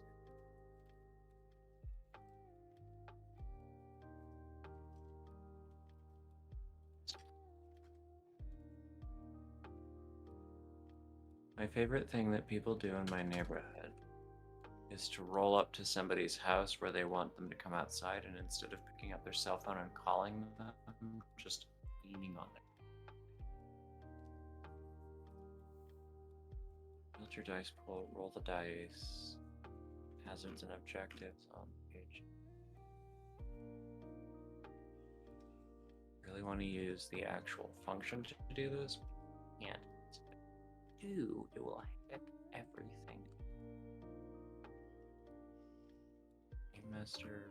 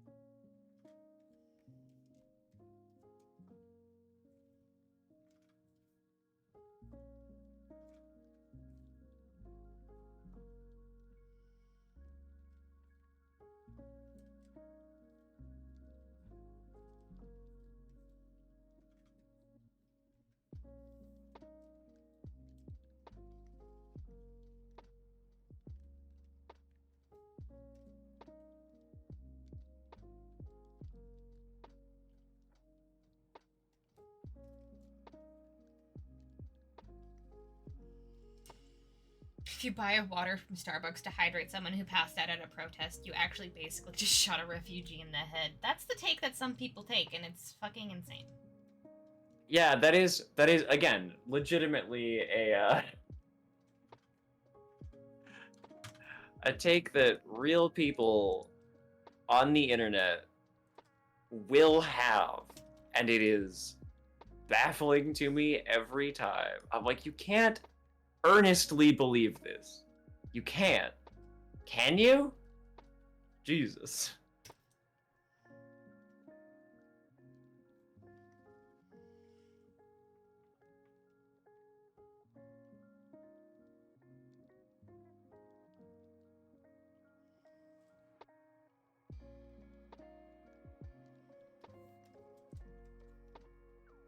Go over there.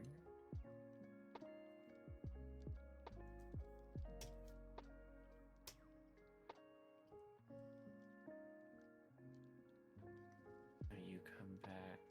Ooh, not yet. Down, down, and earlier round. Sugar, we are going down swinging. I will be your number one with the bullet. A loaded god complex.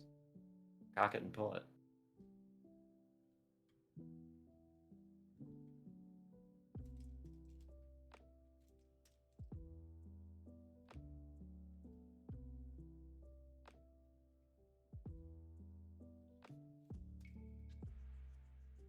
Bringing Kingpin energy to this one.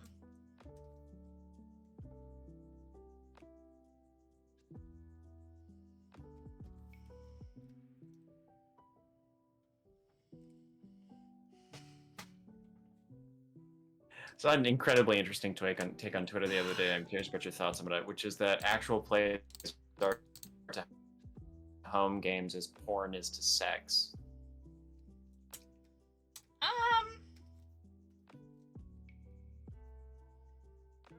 I mean, it's an interesting take. That's to be sure. Yeah. And one that I don't think that I entirely disagree with. Right? I don't think that I entirely disagree with that. I think that basing your expectations for the type of game that you're going to have, and like the punchiness and production value of it, and like the thematic content, you expecting that to match Dimension 20 or Critical Role, especially something like Dimension 20 that is not scripted, but is as close to coming to being scripted, I think is you're gonna get in like produced, edited actual play where like they sit down beforehand and Brennan talks to the players about beats that the story is like, you know, basically like Brennan's like, okay, here's some beats or like some marks that I expect you to hit. And here's about the, you know, like it's basically like it's like watching a movie and expecting your LARP to be like that, and it won't be. Yeah, you know, in that aspect I agree. I don't think it sets quite as unrealistic expectations for what an actual play is as porn does for sex. Yeah. I'll say that though, because I think a lot of people like sex or porn has a greater impact on people's expectations of relationships and sex compared to actual plays and home games, but like at a high level, yeah, kind of.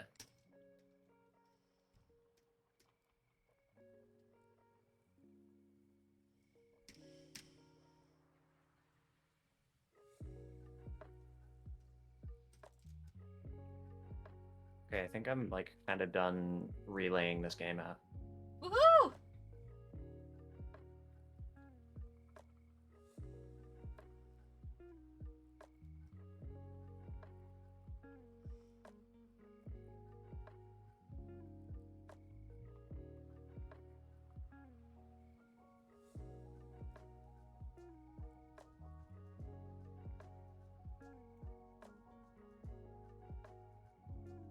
Layout. Trying to do Emily proud on my. Oh God, I did it bad.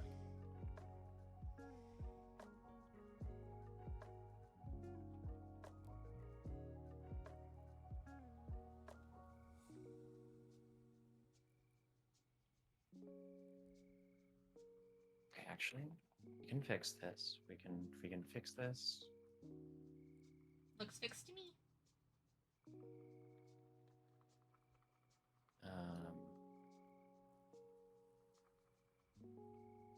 All of these just need to have a particular option that fixes their position on the page and does not move them with the text.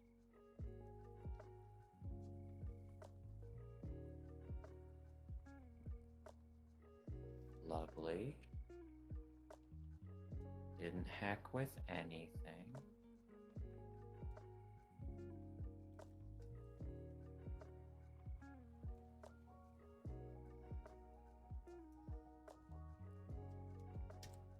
Perfect.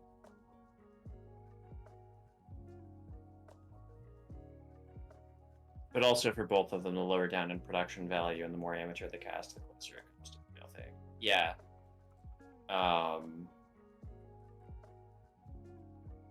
There's like a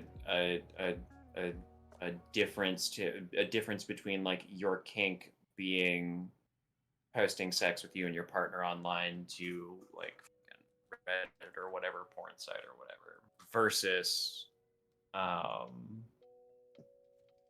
you know, professionally produced stuff. It being, I think honestly, like the greatest example or like the comparison here being basically like the difference between a high production value actual play made by people who, you know, have film and acting degrees and entertainment industry degrees, and some people who turned on a Twitch stream, you know, some people who turned on a Twitch stream while they played Dungeons and Dragons. Yeah. And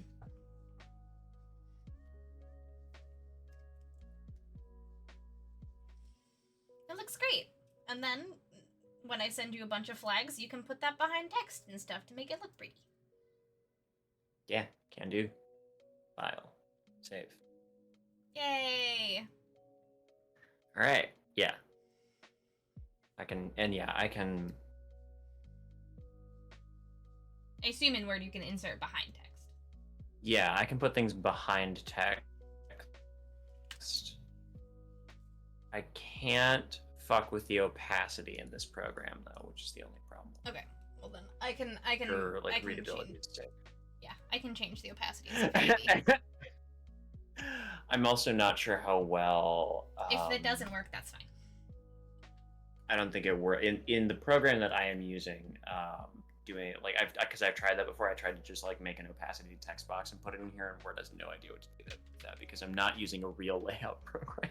Sure. Okay. Emily said behind panics. Okay, then never mind. We don't have to do that. I don't know what Word's capabilities are. Yeah, it's mostly that like I would need to like play with things a little bit, and we'd need to figure out a way to make certain pages contrast well enough. Yeah. Contrast well enough for it to That's fair. for it to maintain readability. I like the idea. I don't know. We'll figure it out. But awesome. Yeah. Okay. I'm gonna go over to Axolotl with a gun. Heck yeah. I need to come to Discord, and I need to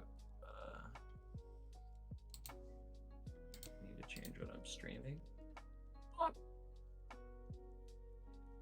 Share your screen. Axolotl with a gun. Heck yeah. Change it. I forgot to save Scamp Vamp as a PNG. Hold on. Scamp Vamp. Does Word let you make gradients in text? I'm genuinely not sure. I'm genuinely not. The way that I did it earlier, Emily, was literally just by. I'm still streaming that window on Twitch. Was literally just by changing the text of each letter.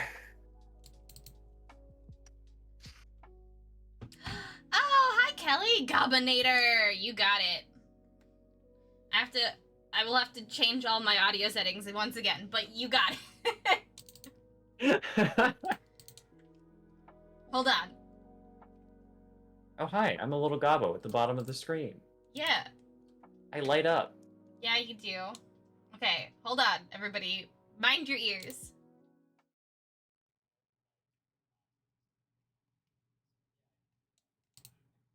Flag next to longsword, Glock, bat, taser, maybe. There's not a lot of room left. Okay, I actually think my audio is correct on this page. That's great. Now I'd have to just do... Yeah, Kelly says hi, Bard. Hi. We are doing a co-stream. We're co-working. John is working on writing text and doing layout.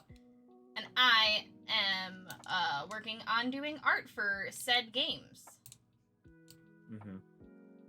Yeah, okay, and now to open up my VTube software. The Gobbinator beam takes a little bit of time for me to... Good God, someone find the Goblin beam. The Goblin beam! It's a lot of... Yeah, I agree with you, Nico. I agree. I think that would be... I think bullet pointing those with the little flags would be a nice way to make those... There. Easily findable. Ah.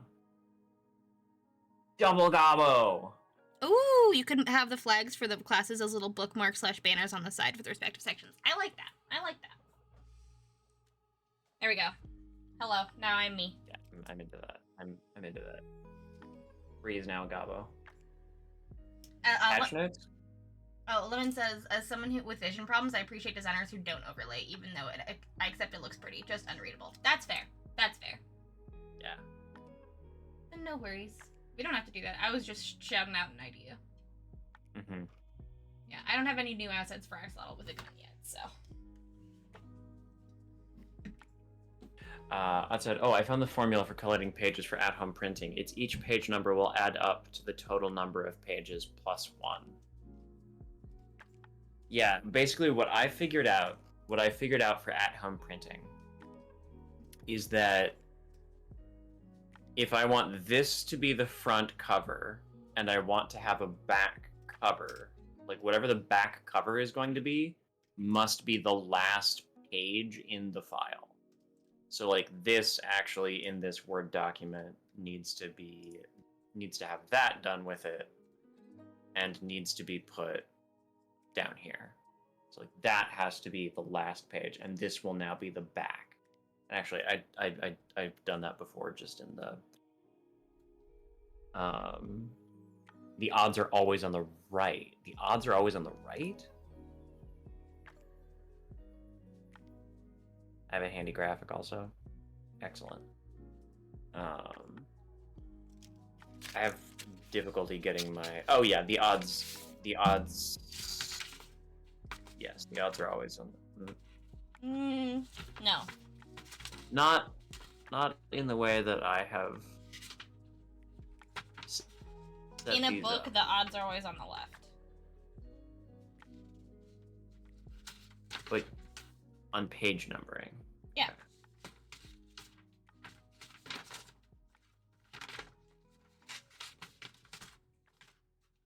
In page numbering, yes. If you counted the cover as 1. Mm-hmm. Yeah, if the cover is page 1, then yes. Correct. If the cover is page 1, then yes.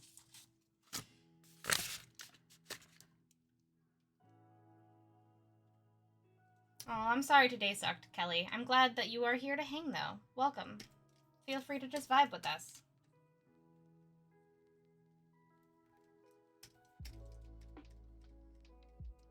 I'm churning out silly little guys. Oh my god, that's the pointiest kingpin I've ever seen. Thank you. Okay, but... Okay. We're gonna... Page 2 in the book is page 3 in the... Again, this is breaking my brain. So... This is the front cover. Yeah. He also This is the doesn't have the inside table cover. of contents listed as a page. Page 1 is Axolotl with a gun, so that also fucks it up. Mhm. But yeah, so if it's cover, that's 1. Inside cover is 2. Contents is 3. Okay. And that is on the right. And technically the cover was on the right as well. So cover is 1, contents is 3, 2 is 5, 4 is 7, 6 is 9, Numbers aren't real. and 8 is 11. And then the back cover is 12. Yeah. And this is what your printer does for you. Only sometimes. Only sometimes. If you select booklet printing, this is theoretically what your printer should do for you. Theoretically. Theoretically. It doesn't always. Did you have to rearrange a bunch of pages in... No, Or- I just had to do printing weird. Because it would do the 2 pages, it would do the 2 pages correctly, but then it wouldn't do them in the correct orientation, so I would have to flip the paper Mm-hmm. in order to get the back pages correct. Gotcha. Booklet printing, you're supposed to not have to worry about anything, and you just, it then tells you to, like, flip the pages over in a certain way, and then it works. Yeah, no. It didn't do that. Yeah, Ellie says, short edge versus long edge binding. Yeah. Yeah. It's So. a pain.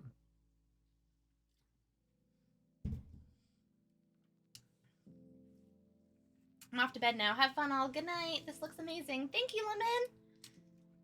I hope you have a lovely sleep. Thank you for hanging out. Good night. Good night.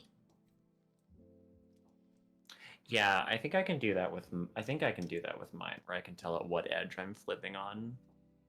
But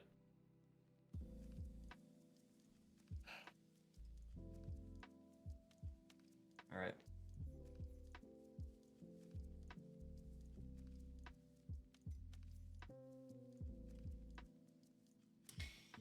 Yeah, sometimes you can.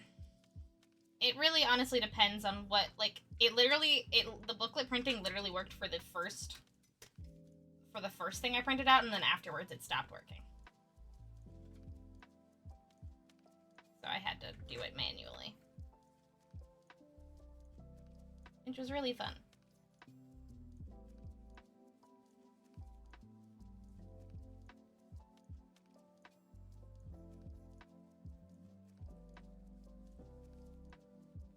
Printers just sometimes forget how they're supposed to work.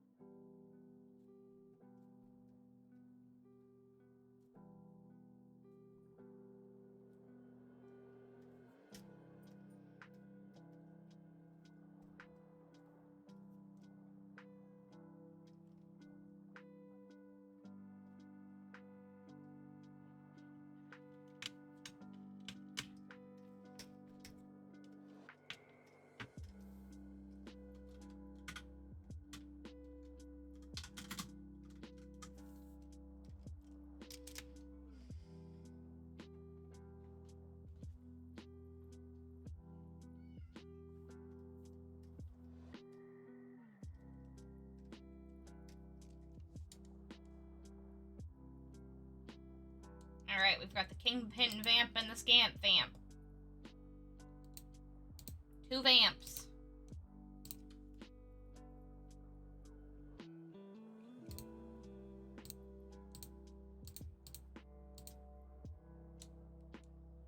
Then we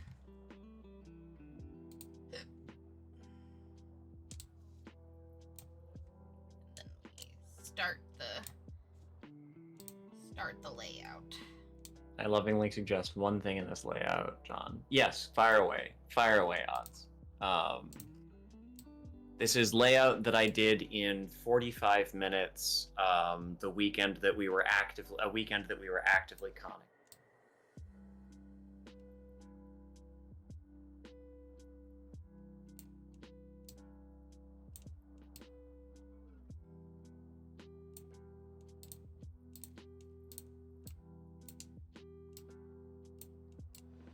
I'm gonna do that. I don't know if that was your suggestion, but it is something that needed to happen.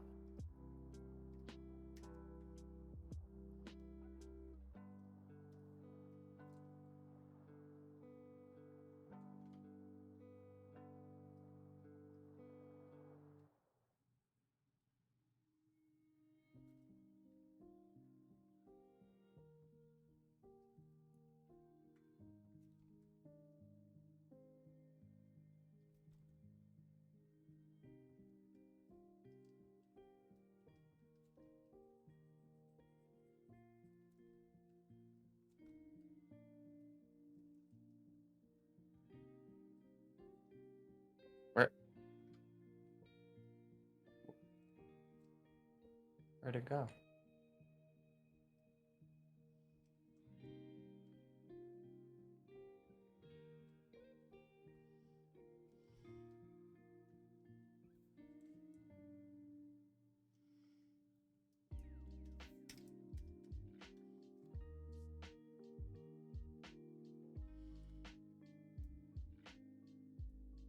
No, it's okay.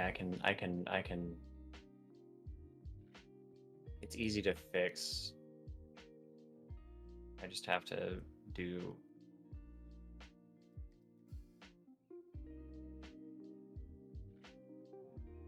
Because I'm doing this in a program not intended for this. I have to do this in just a slightly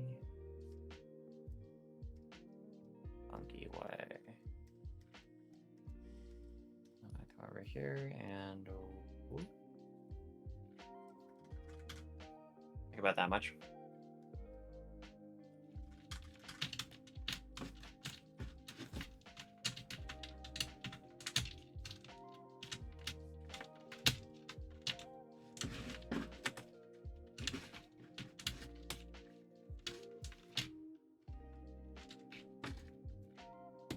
Rad.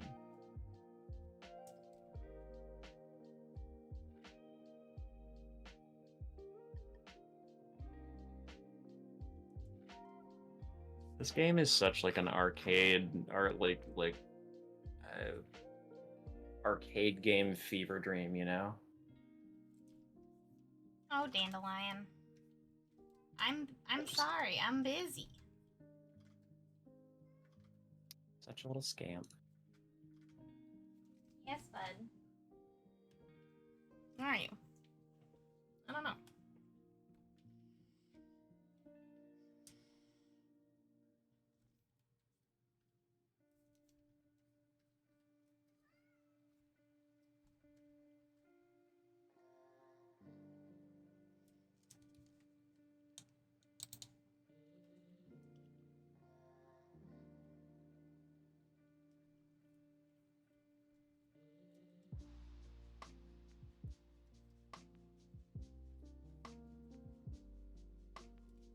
Got hobby bonuses here.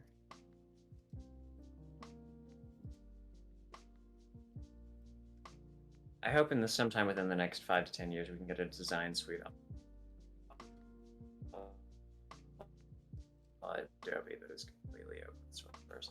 I know there are is that I need to just actually learn how to use a design software, and I just need to learn how to use a design need to learn how to use a design software.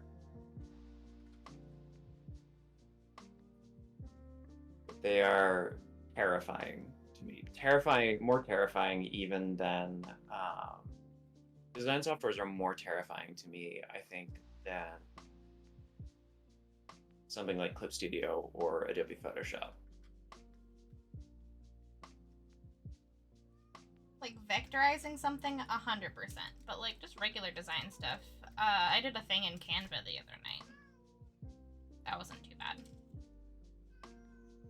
I don't know if that would work for this, though. I'm genuinely not sure as far as Canva goes.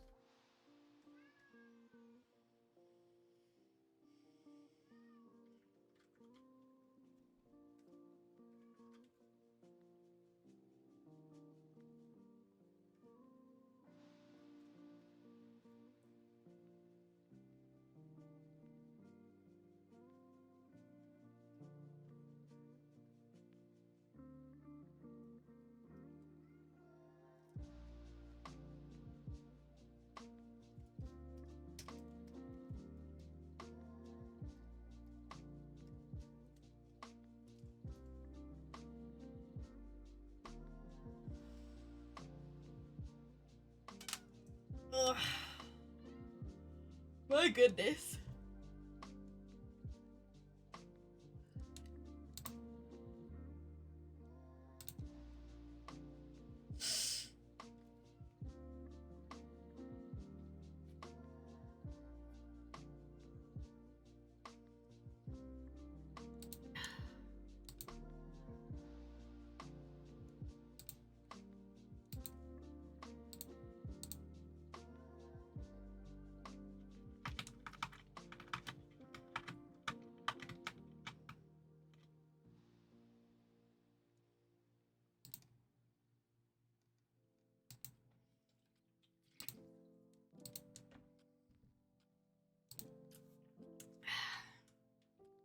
All right. Let's draw this femme fatale. Oh my god. The femme fatale is so good. Thank you. Who is she?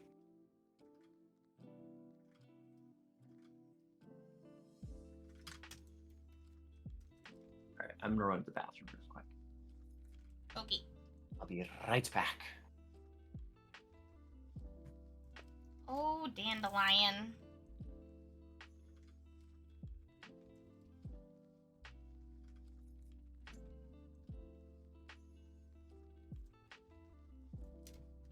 I don't know if you guys can hear Dandelion, but he is trying to get my attention.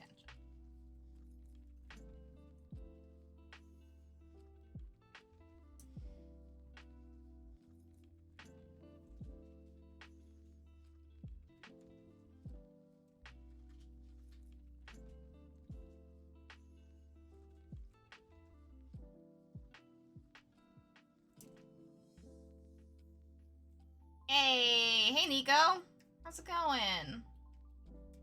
We're just vibing, a lot of work and lurk vibes today.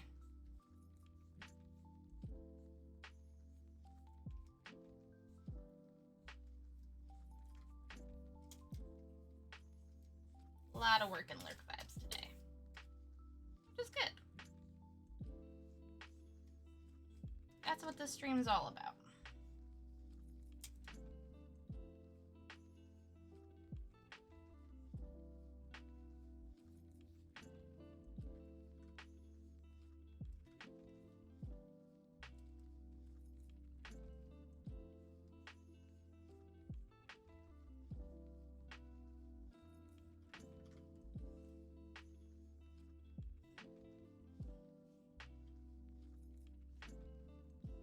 Oh, Downfall starts tonight? Oh my gosh. I am so behind.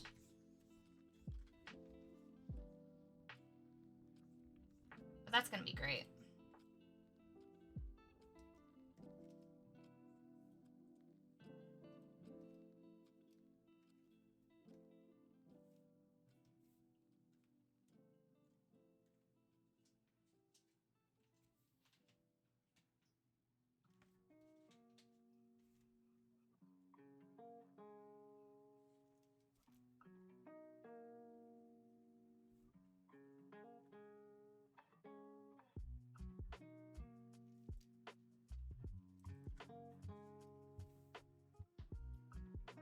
curious if they're gonna make it another couple 6-hour episodes. Hi, buddy.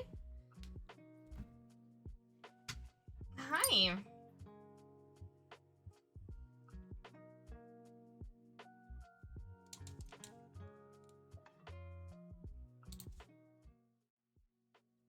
We have a boy. Hello, boy.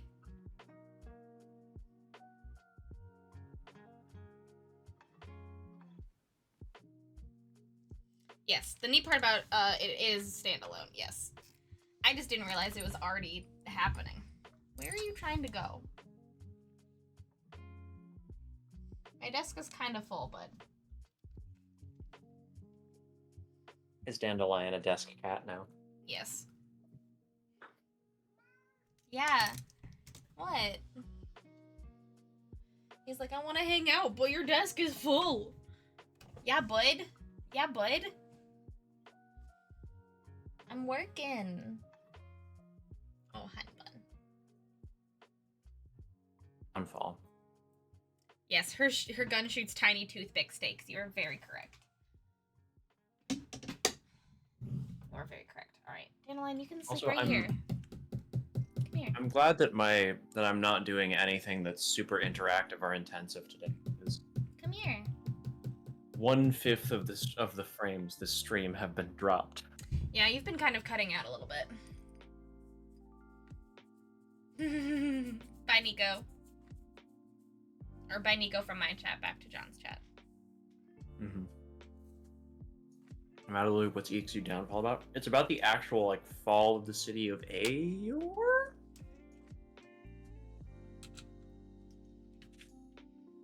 Because not all of the cities were struck down simultaneously when the calamity happened, right? Oh yeah, no. Only the city that happened first was when the calamity started, which was but downfall is Aeor's downfall specifically, and that was like closer to the end of the calamity. Yeah, the calamity is what created the shattered teeth. Yes. When that particular city was smashed into the ground by the Lord of Hell. By Asmodeus. Yep. Yeah, no, Aeor. Yeah, it's the different cities started falling at different times. Aeor tried to make a god gun and killed itself. Tried to make a god gun. Yeah, basically. That's what we know so far. A gun, presumably a gun that would kill the gods. Yes. Well, I'm sure all of the gods took that well. I'm sure that even the non-betrayer gods looked at that and said, yeah, I'm sure that'll never be turned on us when we piss the mortals off enough. Not a gun that shoots gods, nor a gun that is the god of all guns. A gun that is a god. It's specifically a vision of the downfall of Aeor presented to the Bell's Hells by... Oh, it's specifically a vision of the downfall of Aeor presented to the Bell's Hells by Ludinus Deleth. That is incredibly meta. Yes. In a way that only Critical Role can manage to be. Yes.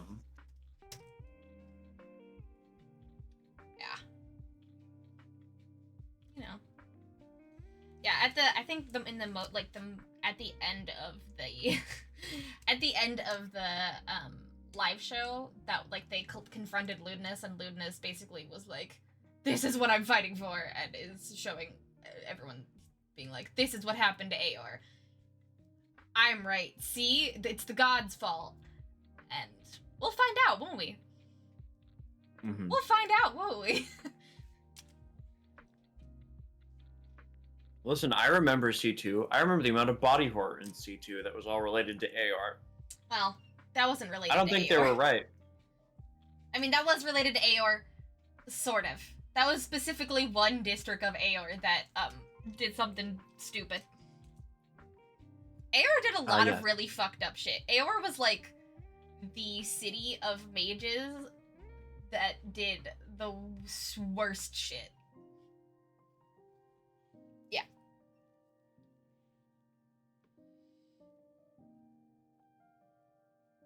Yeah.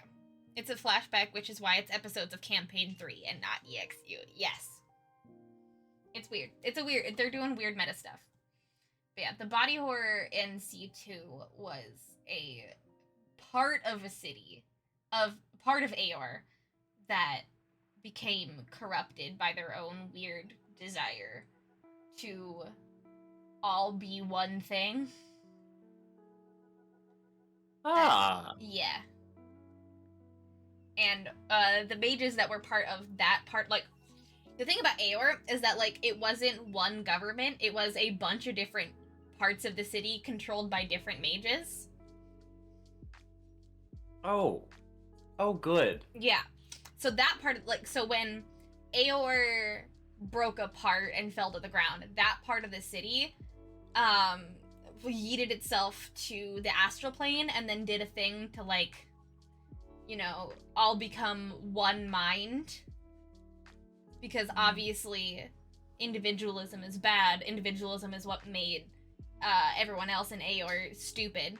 All right, hold on. Vote for this. I have an emote for this.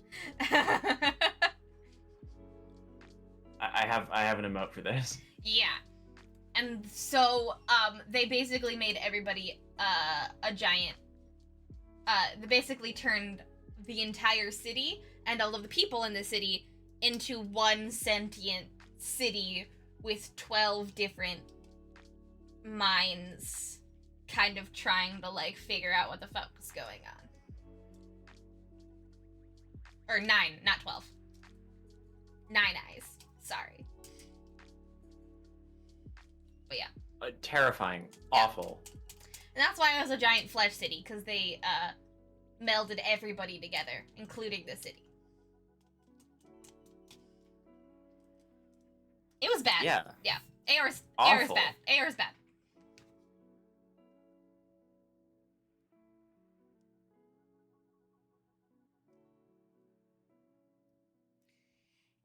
It was an accident. It was an accident in that they didn't intend for everybody to become a thing. The mages were like, we're all gonna become one thing, kinda. It was like, they had a plan, and it didn't go well.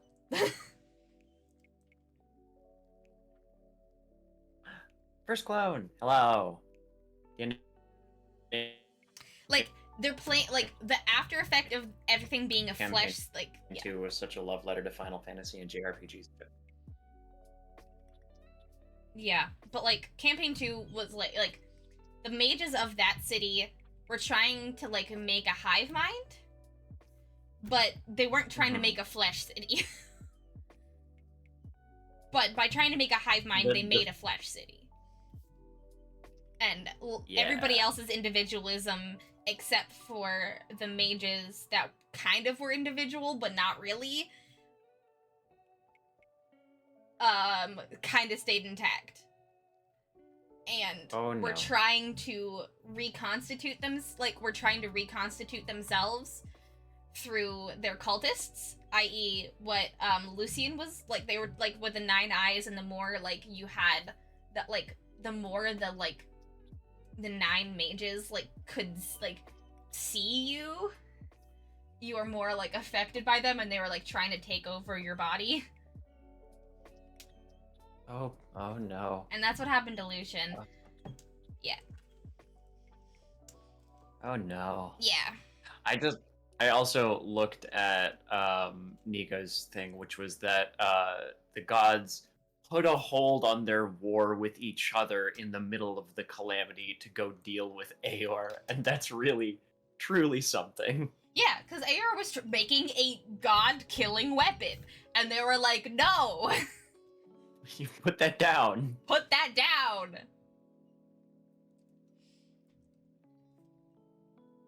But again, that was part of, like, that was only part of Aor that was making this god-killing weapon. And then another part of Aor was like, what if we all became, like, a hive mind of magic? And then another Nothing that part could of go Aor wrong was with doing that. something else, and another part of Aor was like doing weird things, like I think trying to bring back the world tree or whatever, but it turned into like rot and decay, and then that poisoned the ground. It's all fucked. It's all fucked. Yeah, it's all bad. It was like a bunch of different cities in one city, is what we have learned throughout the campaigns. And Downfall is specifically, I think, the one that, like, Downfall is like the gods coming to like fuck with Aor and be like, you wizards, bad. Because I think there is a thing. I think I haven't caught up to where campaign 3 is right now, but I think it was revealed that lewdness was from Aor. Like, as a child. And has a thing against the gods specifically because of that. I'm not entirely sure, but I think that's the case.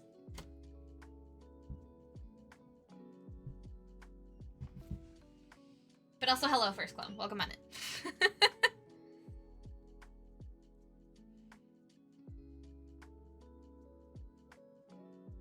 Oh, it wasn't the god-killing weapon. It was just the thing about something about the divine gate. I mean, it was probably someone found out about the God Eater in the moon.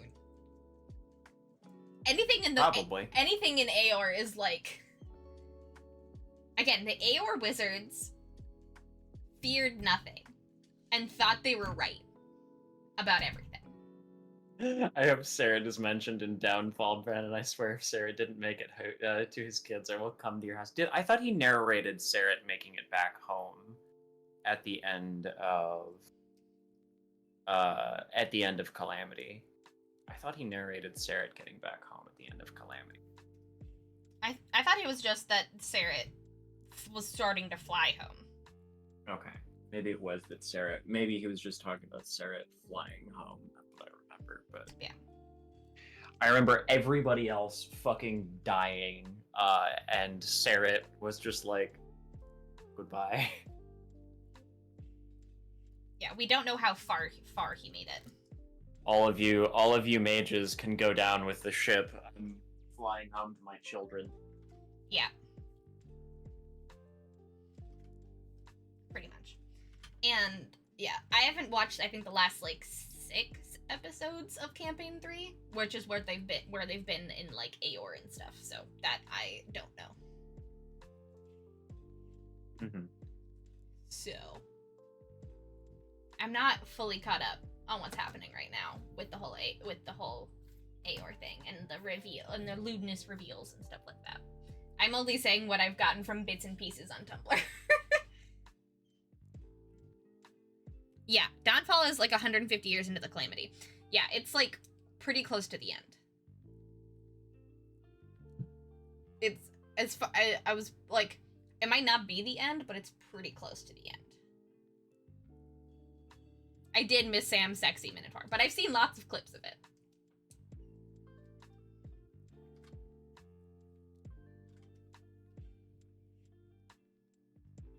I have seen lots of clips of it. I'm probably going to start catching up pretty soon. I have just been really busy, and for some reason that hasn't been on my hyper-focus list. But I honestly kind of stopped because I was sad about the EXU folks, and I was like, I don't have the emotional capacity to finish this episode. And then since I didn't finish that episode, I just stopped. I couldn't keep watching because I didn't know what happened, so I have to finish that episode, and then I have to get caught up.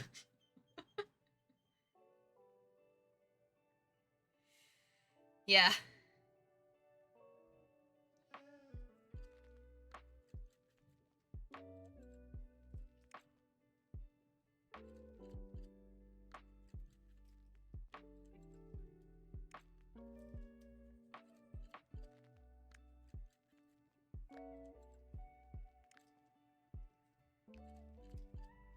I'm gonna write out hand cannon that makes people explode literally every single time I have to write it in the in-game text.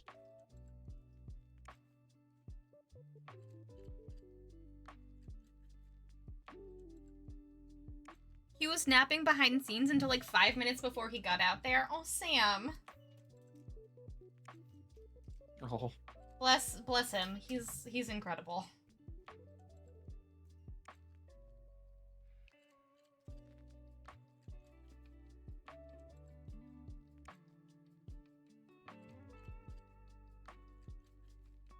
Dear God, I don't know what I did. I hate it when Word does this.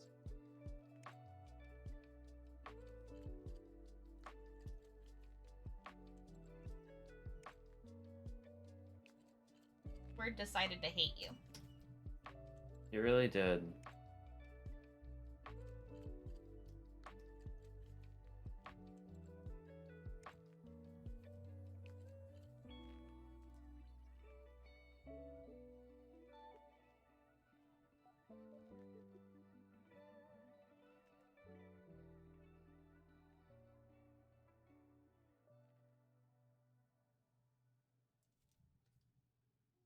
For me to go, I somehow turned this on without realizing what keystroke turned it on, so... I love when that file. happens.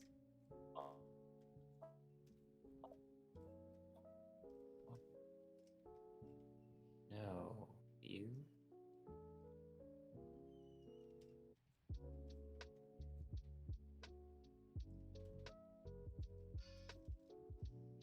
Nope.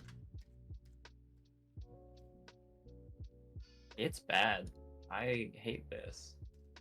You might have turned on hidden characters. Yeah, I used the Game Shark. I don't even know what I hit. I was trying to hit Control E to center something. Or like, no, wait, did I? No, it was Control Shift 8. Control Shift 8, because I was trying to make a bulleted list.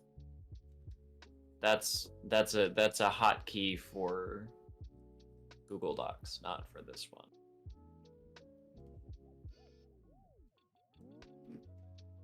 Also, I was like, you know what? I'll write in some advancements.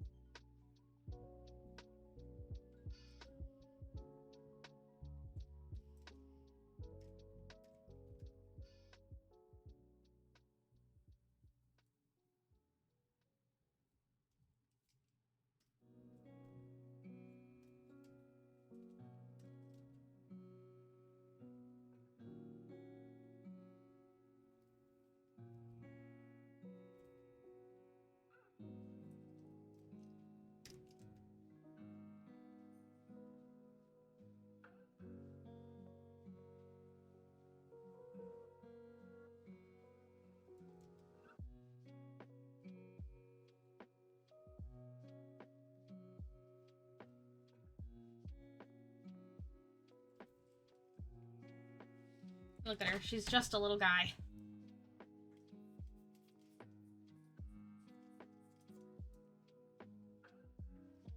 Oh my God, she is just a little guy. She is just a little guy. Gob Fatal.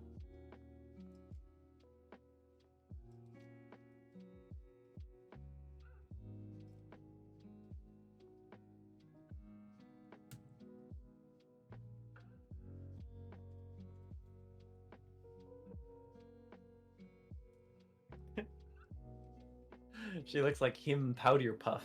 Or Powder Puff. I don't know who that is. I don't know who that is either. Dice-based horde survival multiplayer roguelike tabletop RPG. Wow. That sounds fun. That sounds like a good time.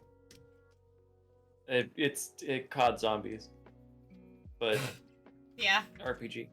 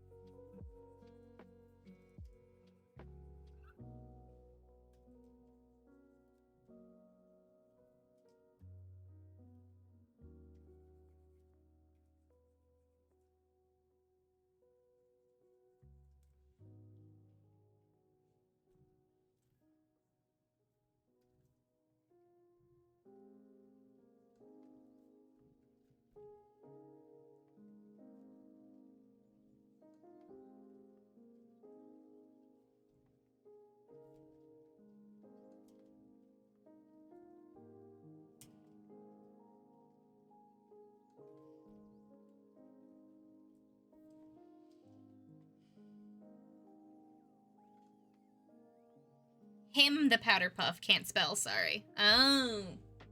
Okay.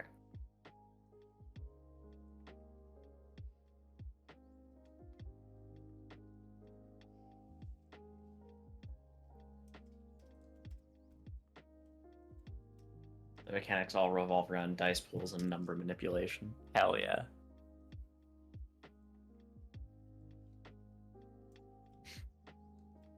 I wrote advancements, and then I wrote each of the guns, and then the first thing that I did was to push enter underneath rocket launcher, put a bullet there, and then write orbital laser strike. Good. Like, listen, if you wanted a bespoke RPG, don't play this game. If you want to be an axolotl that calls in an orbital missile strike, this is the game for you. If you want to be an axolotl that calls in the Hammer of Dawn from Gears of War, I've got you.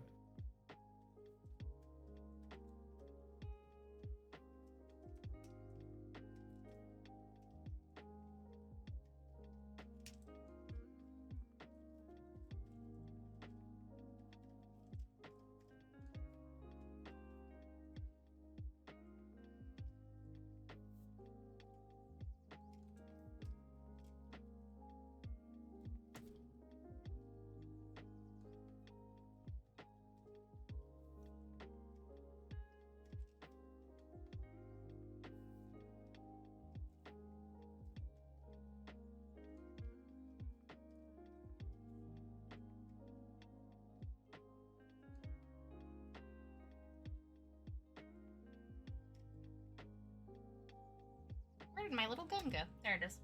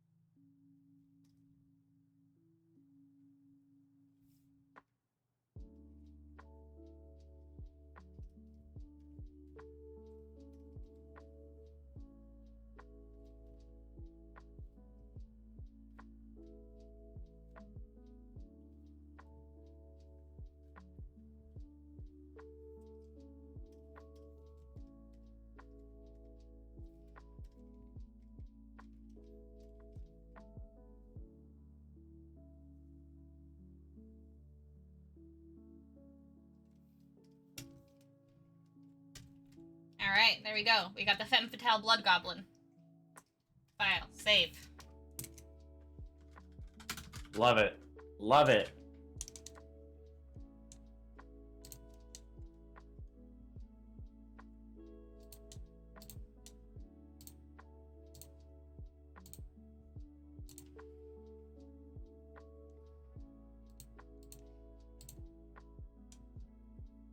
getting there.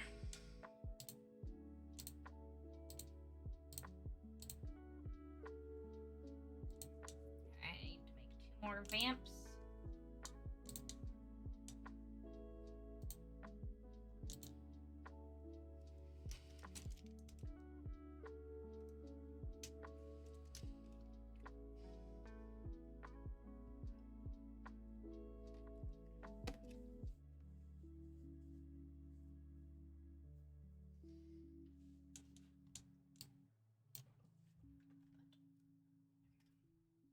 I should probably finish this guy. I started him at the beginning of stream and then I got distracted. I should probably finish him. I'll finish this little guy.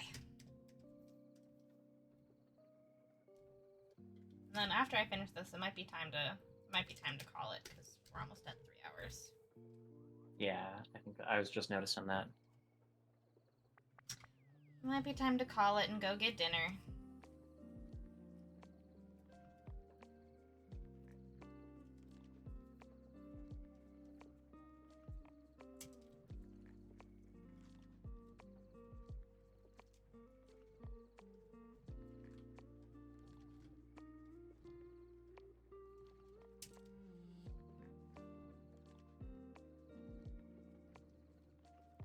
Advancement. You can breathe air. Oh, that's a good advancement. Advancement. You can breathe air. All of the axolotls are just walking around with funky little like headphone looking things on their gills. Aww. I love that. When they have to come out of the lake, they just put on something that looks like big old headphones, and it's just circulating water through their gills. Oxygenated water. I will say, to technically be technical, they need to be in full bodysuits because they would dry out. They get cool little headphones. That's true. That's true. But I like the vibe, but if we want to be accurate, they need to be in water suits. Actually. Actually. If they get out of the water, the whole body will shrivel up and die. It's not just their gills. Yeah, I do have those moments, Nico. I do have those moments sometimes.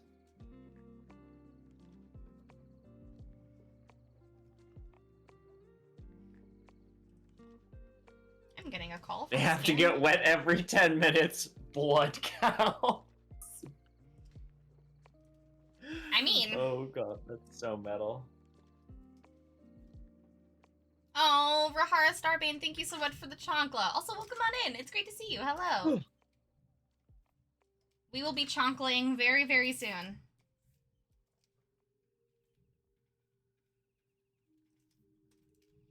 just gonna finish our little detective guy.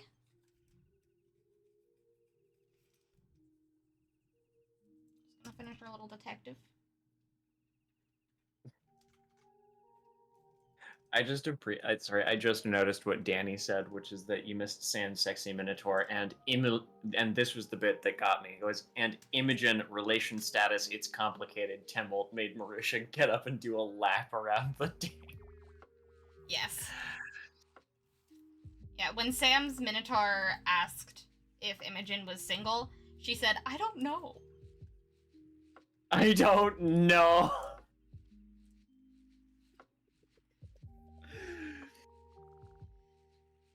Yeah, Imogen and Wanda had a very difficult conversation, and they both walked away from it being like, did we break up? What's happening?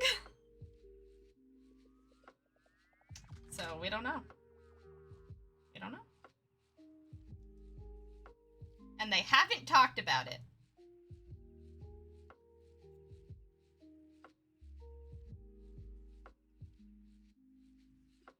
Adventurers don't have time to talk about their feelings.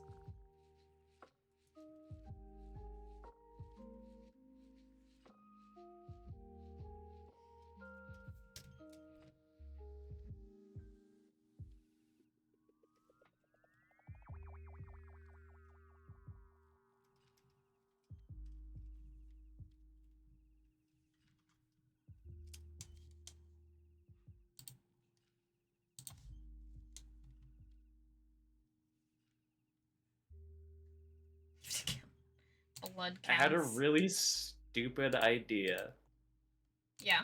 and I think I'm gonna write it down. Hell yeah. Which is, I'm gonna write some words. All right, we're gonna call these Hydra rounds. Hydro rounds? Yep, Okay, or Hydra. Okay, Hydro. Hydra. Hydra. Not water.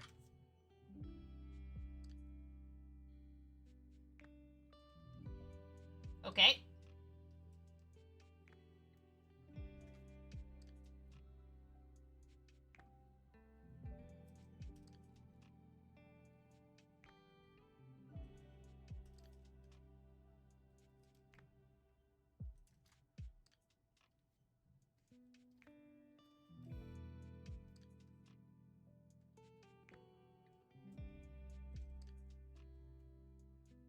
So the minigun has a little heat gauge, and your gun can overheat and cause you damage, basically.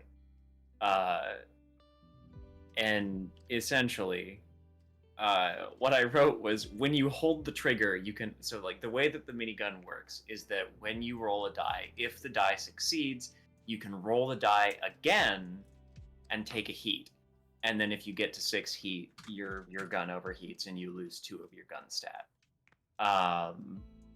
But what I wrote for Hydro rounds is when you hold the trigger, you can double the amount of dice you roll. So, like, if you succeeded with 1 die, normally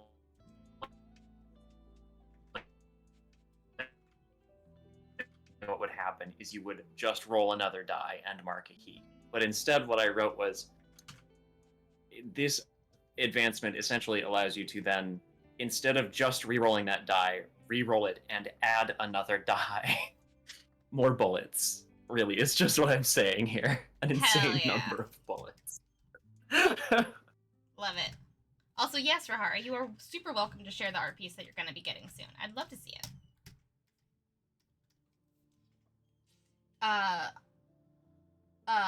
Danny said they walked away from it like, yes, we both want to live simple little cottagecore lives together, but we might have to take on the unspeakable dark power to save the world, and it's made it really complicated. Yeah. Like, we both know what we want, but we can't have it.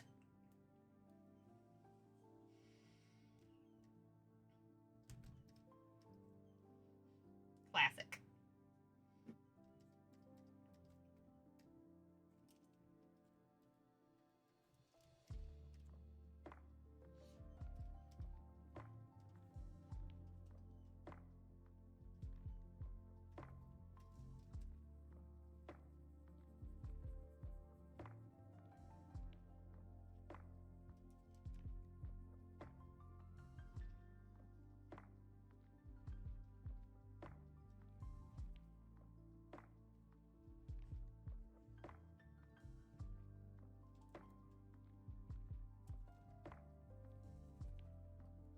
Third advancement should be a flamethrower.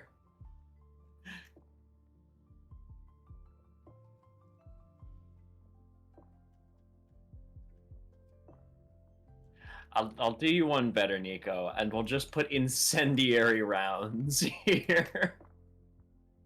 This has turned into Borderlands. Yes, it has. Yes, it has.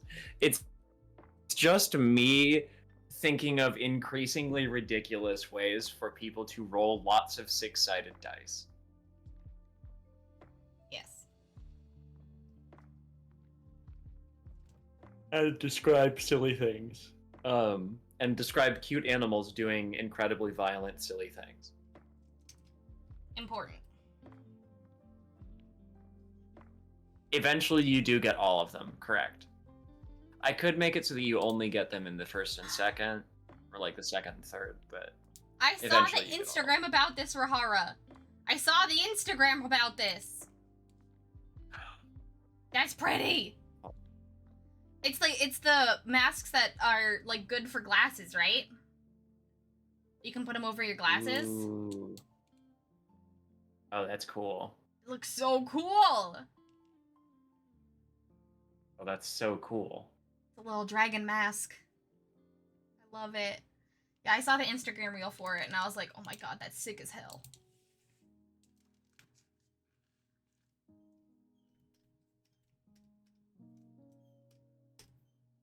I haven't decided exactly how I want to handle getting advancements yet, but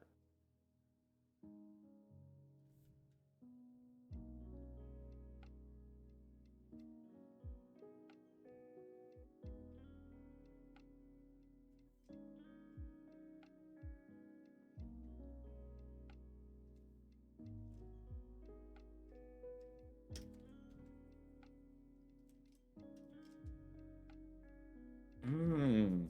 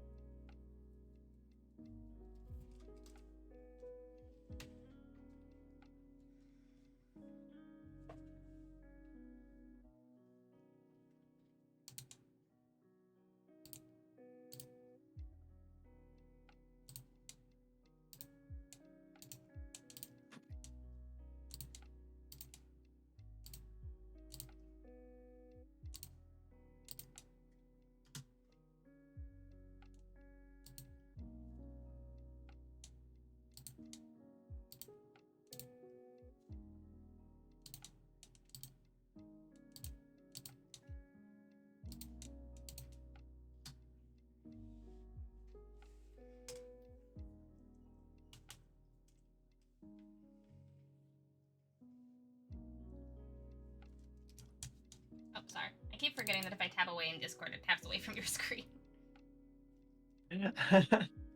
Yeah, I've done that a couple times.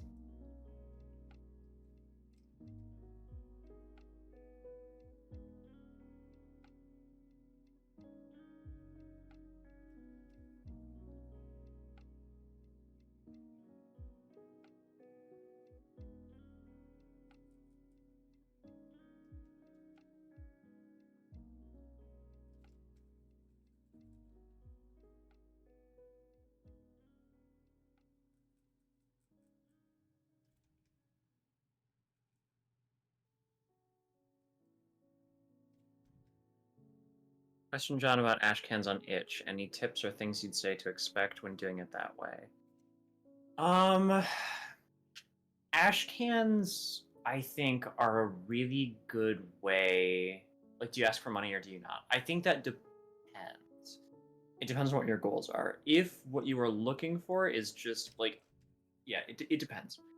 Um, ash can releases on itch are really, really good for testing the waters in my experience. And so what I usually do is I either charge just like a couple of bucks for them, like perhaps less than I would for a PDF of a fully like realized game, or do pay what you want, but have it suggest a price, which a lot of people will just click past and download the game, but a surprising number of people will throw a couple bucks at you. It's a really, really good way to kind of like see if it's something that people would have interest in. And then if it does well, you can always update the game, and then it'll send out messages to everybody who's downloaded it before.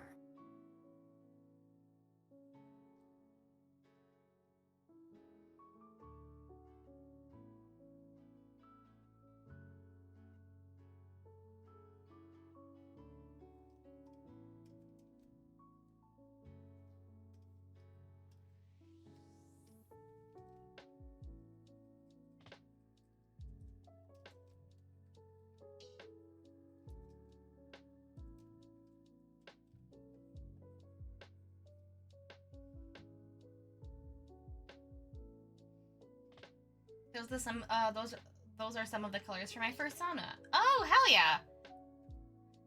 I should have had that purple be the base though, but I don't think the green would work probably. That's fair. That's fair. But it looks I'm excited to see it. That looks like a really cool idea for your fursona.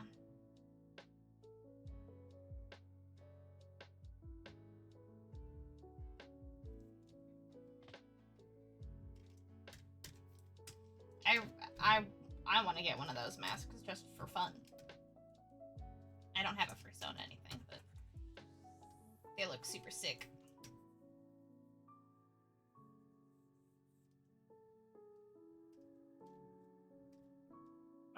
Pay what you want with suggested price is a really good way to get your games into players' hands, which is what you need to make subsequent games an eventual bigger. Yeah.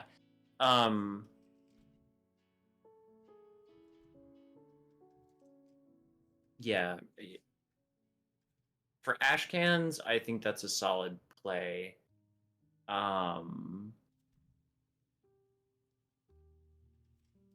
Because like basically then if it's very well received, like if it gets a lot of downloads, or you get some like tips and stuff off of it, then that can be an indicator that it's something that you can throw a little bit more time or effort into. And that's kind of like the heart of the digital first method, is either throwing something up for kind of cheap or for pay what you want with a suggested price, and then kind of just keeping an eye on it and plugging it as much as you can.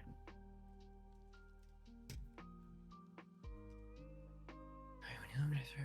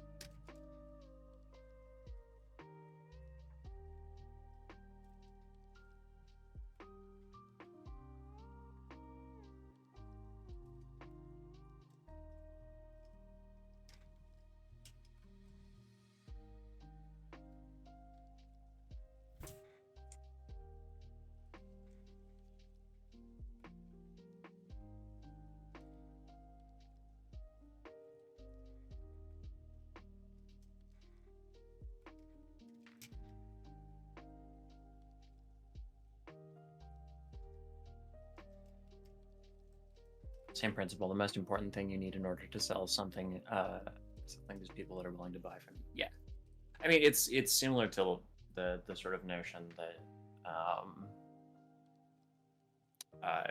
one of the biggest problems that tabletop RPGs face is marketing.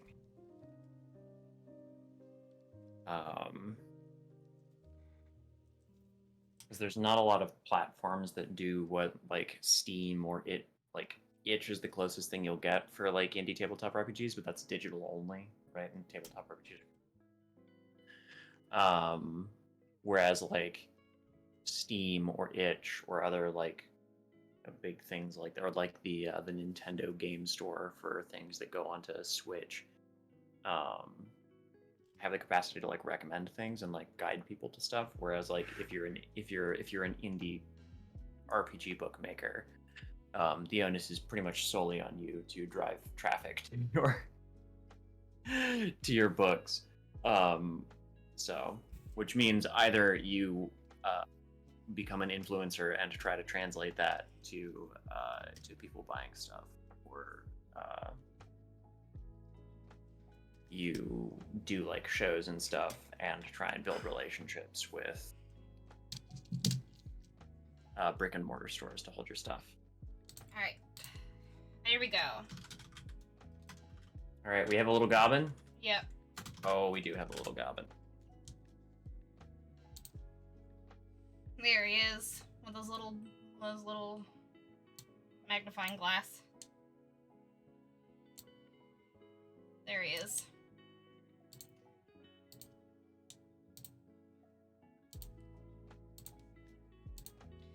Oh, okay. I think it's time to end stream because my brain is dying and I'm really warm. Yeah, mine is also dying. Yeah, while I was sitting here trying to finish the Investigator Goblin, I was like, I understand why people fall asleep in my streams. I'm so sleepy right now. Yeah. But I've gotten a lot done today. Gotten a lot of illustrations done today. Woohoo!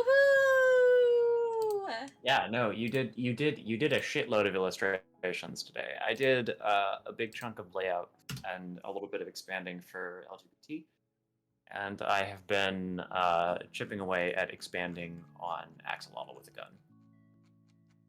So Yeah. I'll also be working on expanding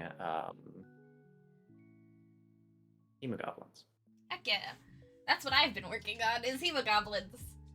Yeah. You know, making a lot of goblins. LGBT is pretty easy because it's just like weapons and pride flags. Mm-hmm. Weapons, pride flags. I could probably do some like silly little illustrations. I'll probably, I think for LGBT, I'll make pride flag banners, and then. Yeah. Oh yeah, for like section headers. Yeah. Maybe not specifically that, but yeah. We'll find out. I'll make banners and things for margins and stuff, and then I'll also make little sketches of like silly events or like silly hazards. And then I'll be done with that. And then LGBT will be done, and I just need to do the cover, which I have all the assets to do right now. So I'll probably get that done at some point, probably tomorrow. Hi Grizzy. Hey. And then yeah, just drawn all of these little guys and then some items for Hemogoblins. Hell yeah. All right, I have to think of one last thing for the gun sword. Heck yeah. But yeah, and then Axolotl with a gun. We'll figure that out. There's a lot going on. There's a lot to do, but we are getting there. Yeah. Oh, spot art. Oh, spot art.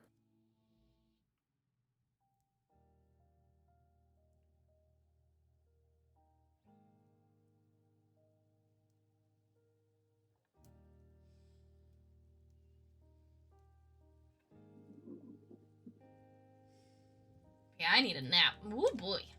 Oh boy, oh boy. Well, while John is writing his final thing in his lovely little TTRPG, I just want to say thank you all so much for vibing with us today. Yes, Nico. Thank you for vibing. We are doing our best out here. Working our hardest, doing our best to making a bunch of TTRPGs for you all to play. So there will probably be a bunch available for you to play very soon. Very, very, very soon. All of the Ashcan versions of these games that we've been working on are all over on John's Kofi, if you want to go and support him. At only, I think it's like $5 a month, you can support him and get all of these games and play them right now, which is super, super cool. And hopefully by Gen Con, we will have a bunch of these ready for you to buy in IPR, so in Indie Press Revolution's online store. So if that is interesting to any of y'all, we will have 3 or 4 new releases for you to peruse, hopefully by the end of this month. So it's gonna be crazy. John's been writing so much this year, and we're just catching up on polishing it up and make it nice. So thank you so much for hanging out on this co-working stream while we get some stuff done. Yeah, if you are planning on hanging out and watching Critter Girl tonight, I hope you have a very, very good time. If you're planning on just kind of needing some chill time and to hang out, I also hope you have a great time doing that as well. My next stream will be on Saturday. I will be starting yet another lovely pinup for our pinup calendar, and it is, I think, currently,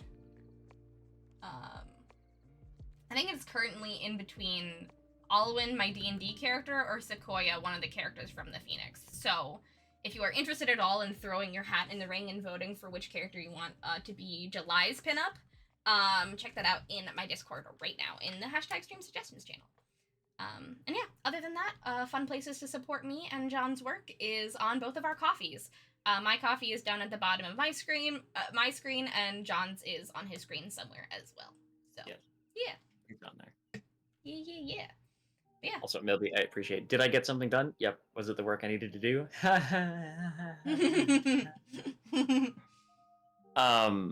Nico, the way that Gunsword works with the combo meter is that every time you succeed without critting, you build up combo meter, and then when you crit, instead of your crit counting for 2 successes instead of 1, your crit equals the number of successes you've had up to that point. So, like, basically, your crit empties your combo meter, and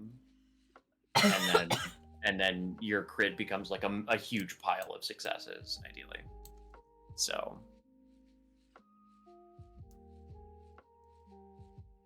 But the idea, I think I've got a good 3 here, which is that, like, when you combo out, you get back the gun stat that you spent to roll. And then the other ones are, you can add, I just love the names for these. Pause buffer is so good. They're very, very good. Pause buffer for add 1 failure per gun roll to your combo meter, and then skill diff once per beat. Just turn any die into a crit. But I think that's also a good place for me to stop. Heck yeah. I should also go and get some dinner. So thank you. This was a really nice co-working stream. Yay, I'm glad. I'm glad that body doubling has helped. Yeah. Body doubling on stream while we chat with people. It's a good time. Yeah, it's very good. It helps get ideas. You guys gave me a lot of ideas for Hemogoblins where I had none. So thank you. You gave me a shitload of ideas for another full page of hazards in LGBT, all of which are amazing. So yeah, the collective brain is very good. So thank you all so much for joining us today and hanging out. This has been super, super lovely. I am gonna probably head out and then bring y'all over to Invert for a little bit, and then yeah, I'll see you all on Saturday for our pinup stream. John, you can keep working if you want. No, Nico just had a great idea. I'm done. That's it. Okay. Chancla, we are leaving. We are going. Thank you all so much. Thank you. Good night, everybody. Good night, everybody. Bye-bye.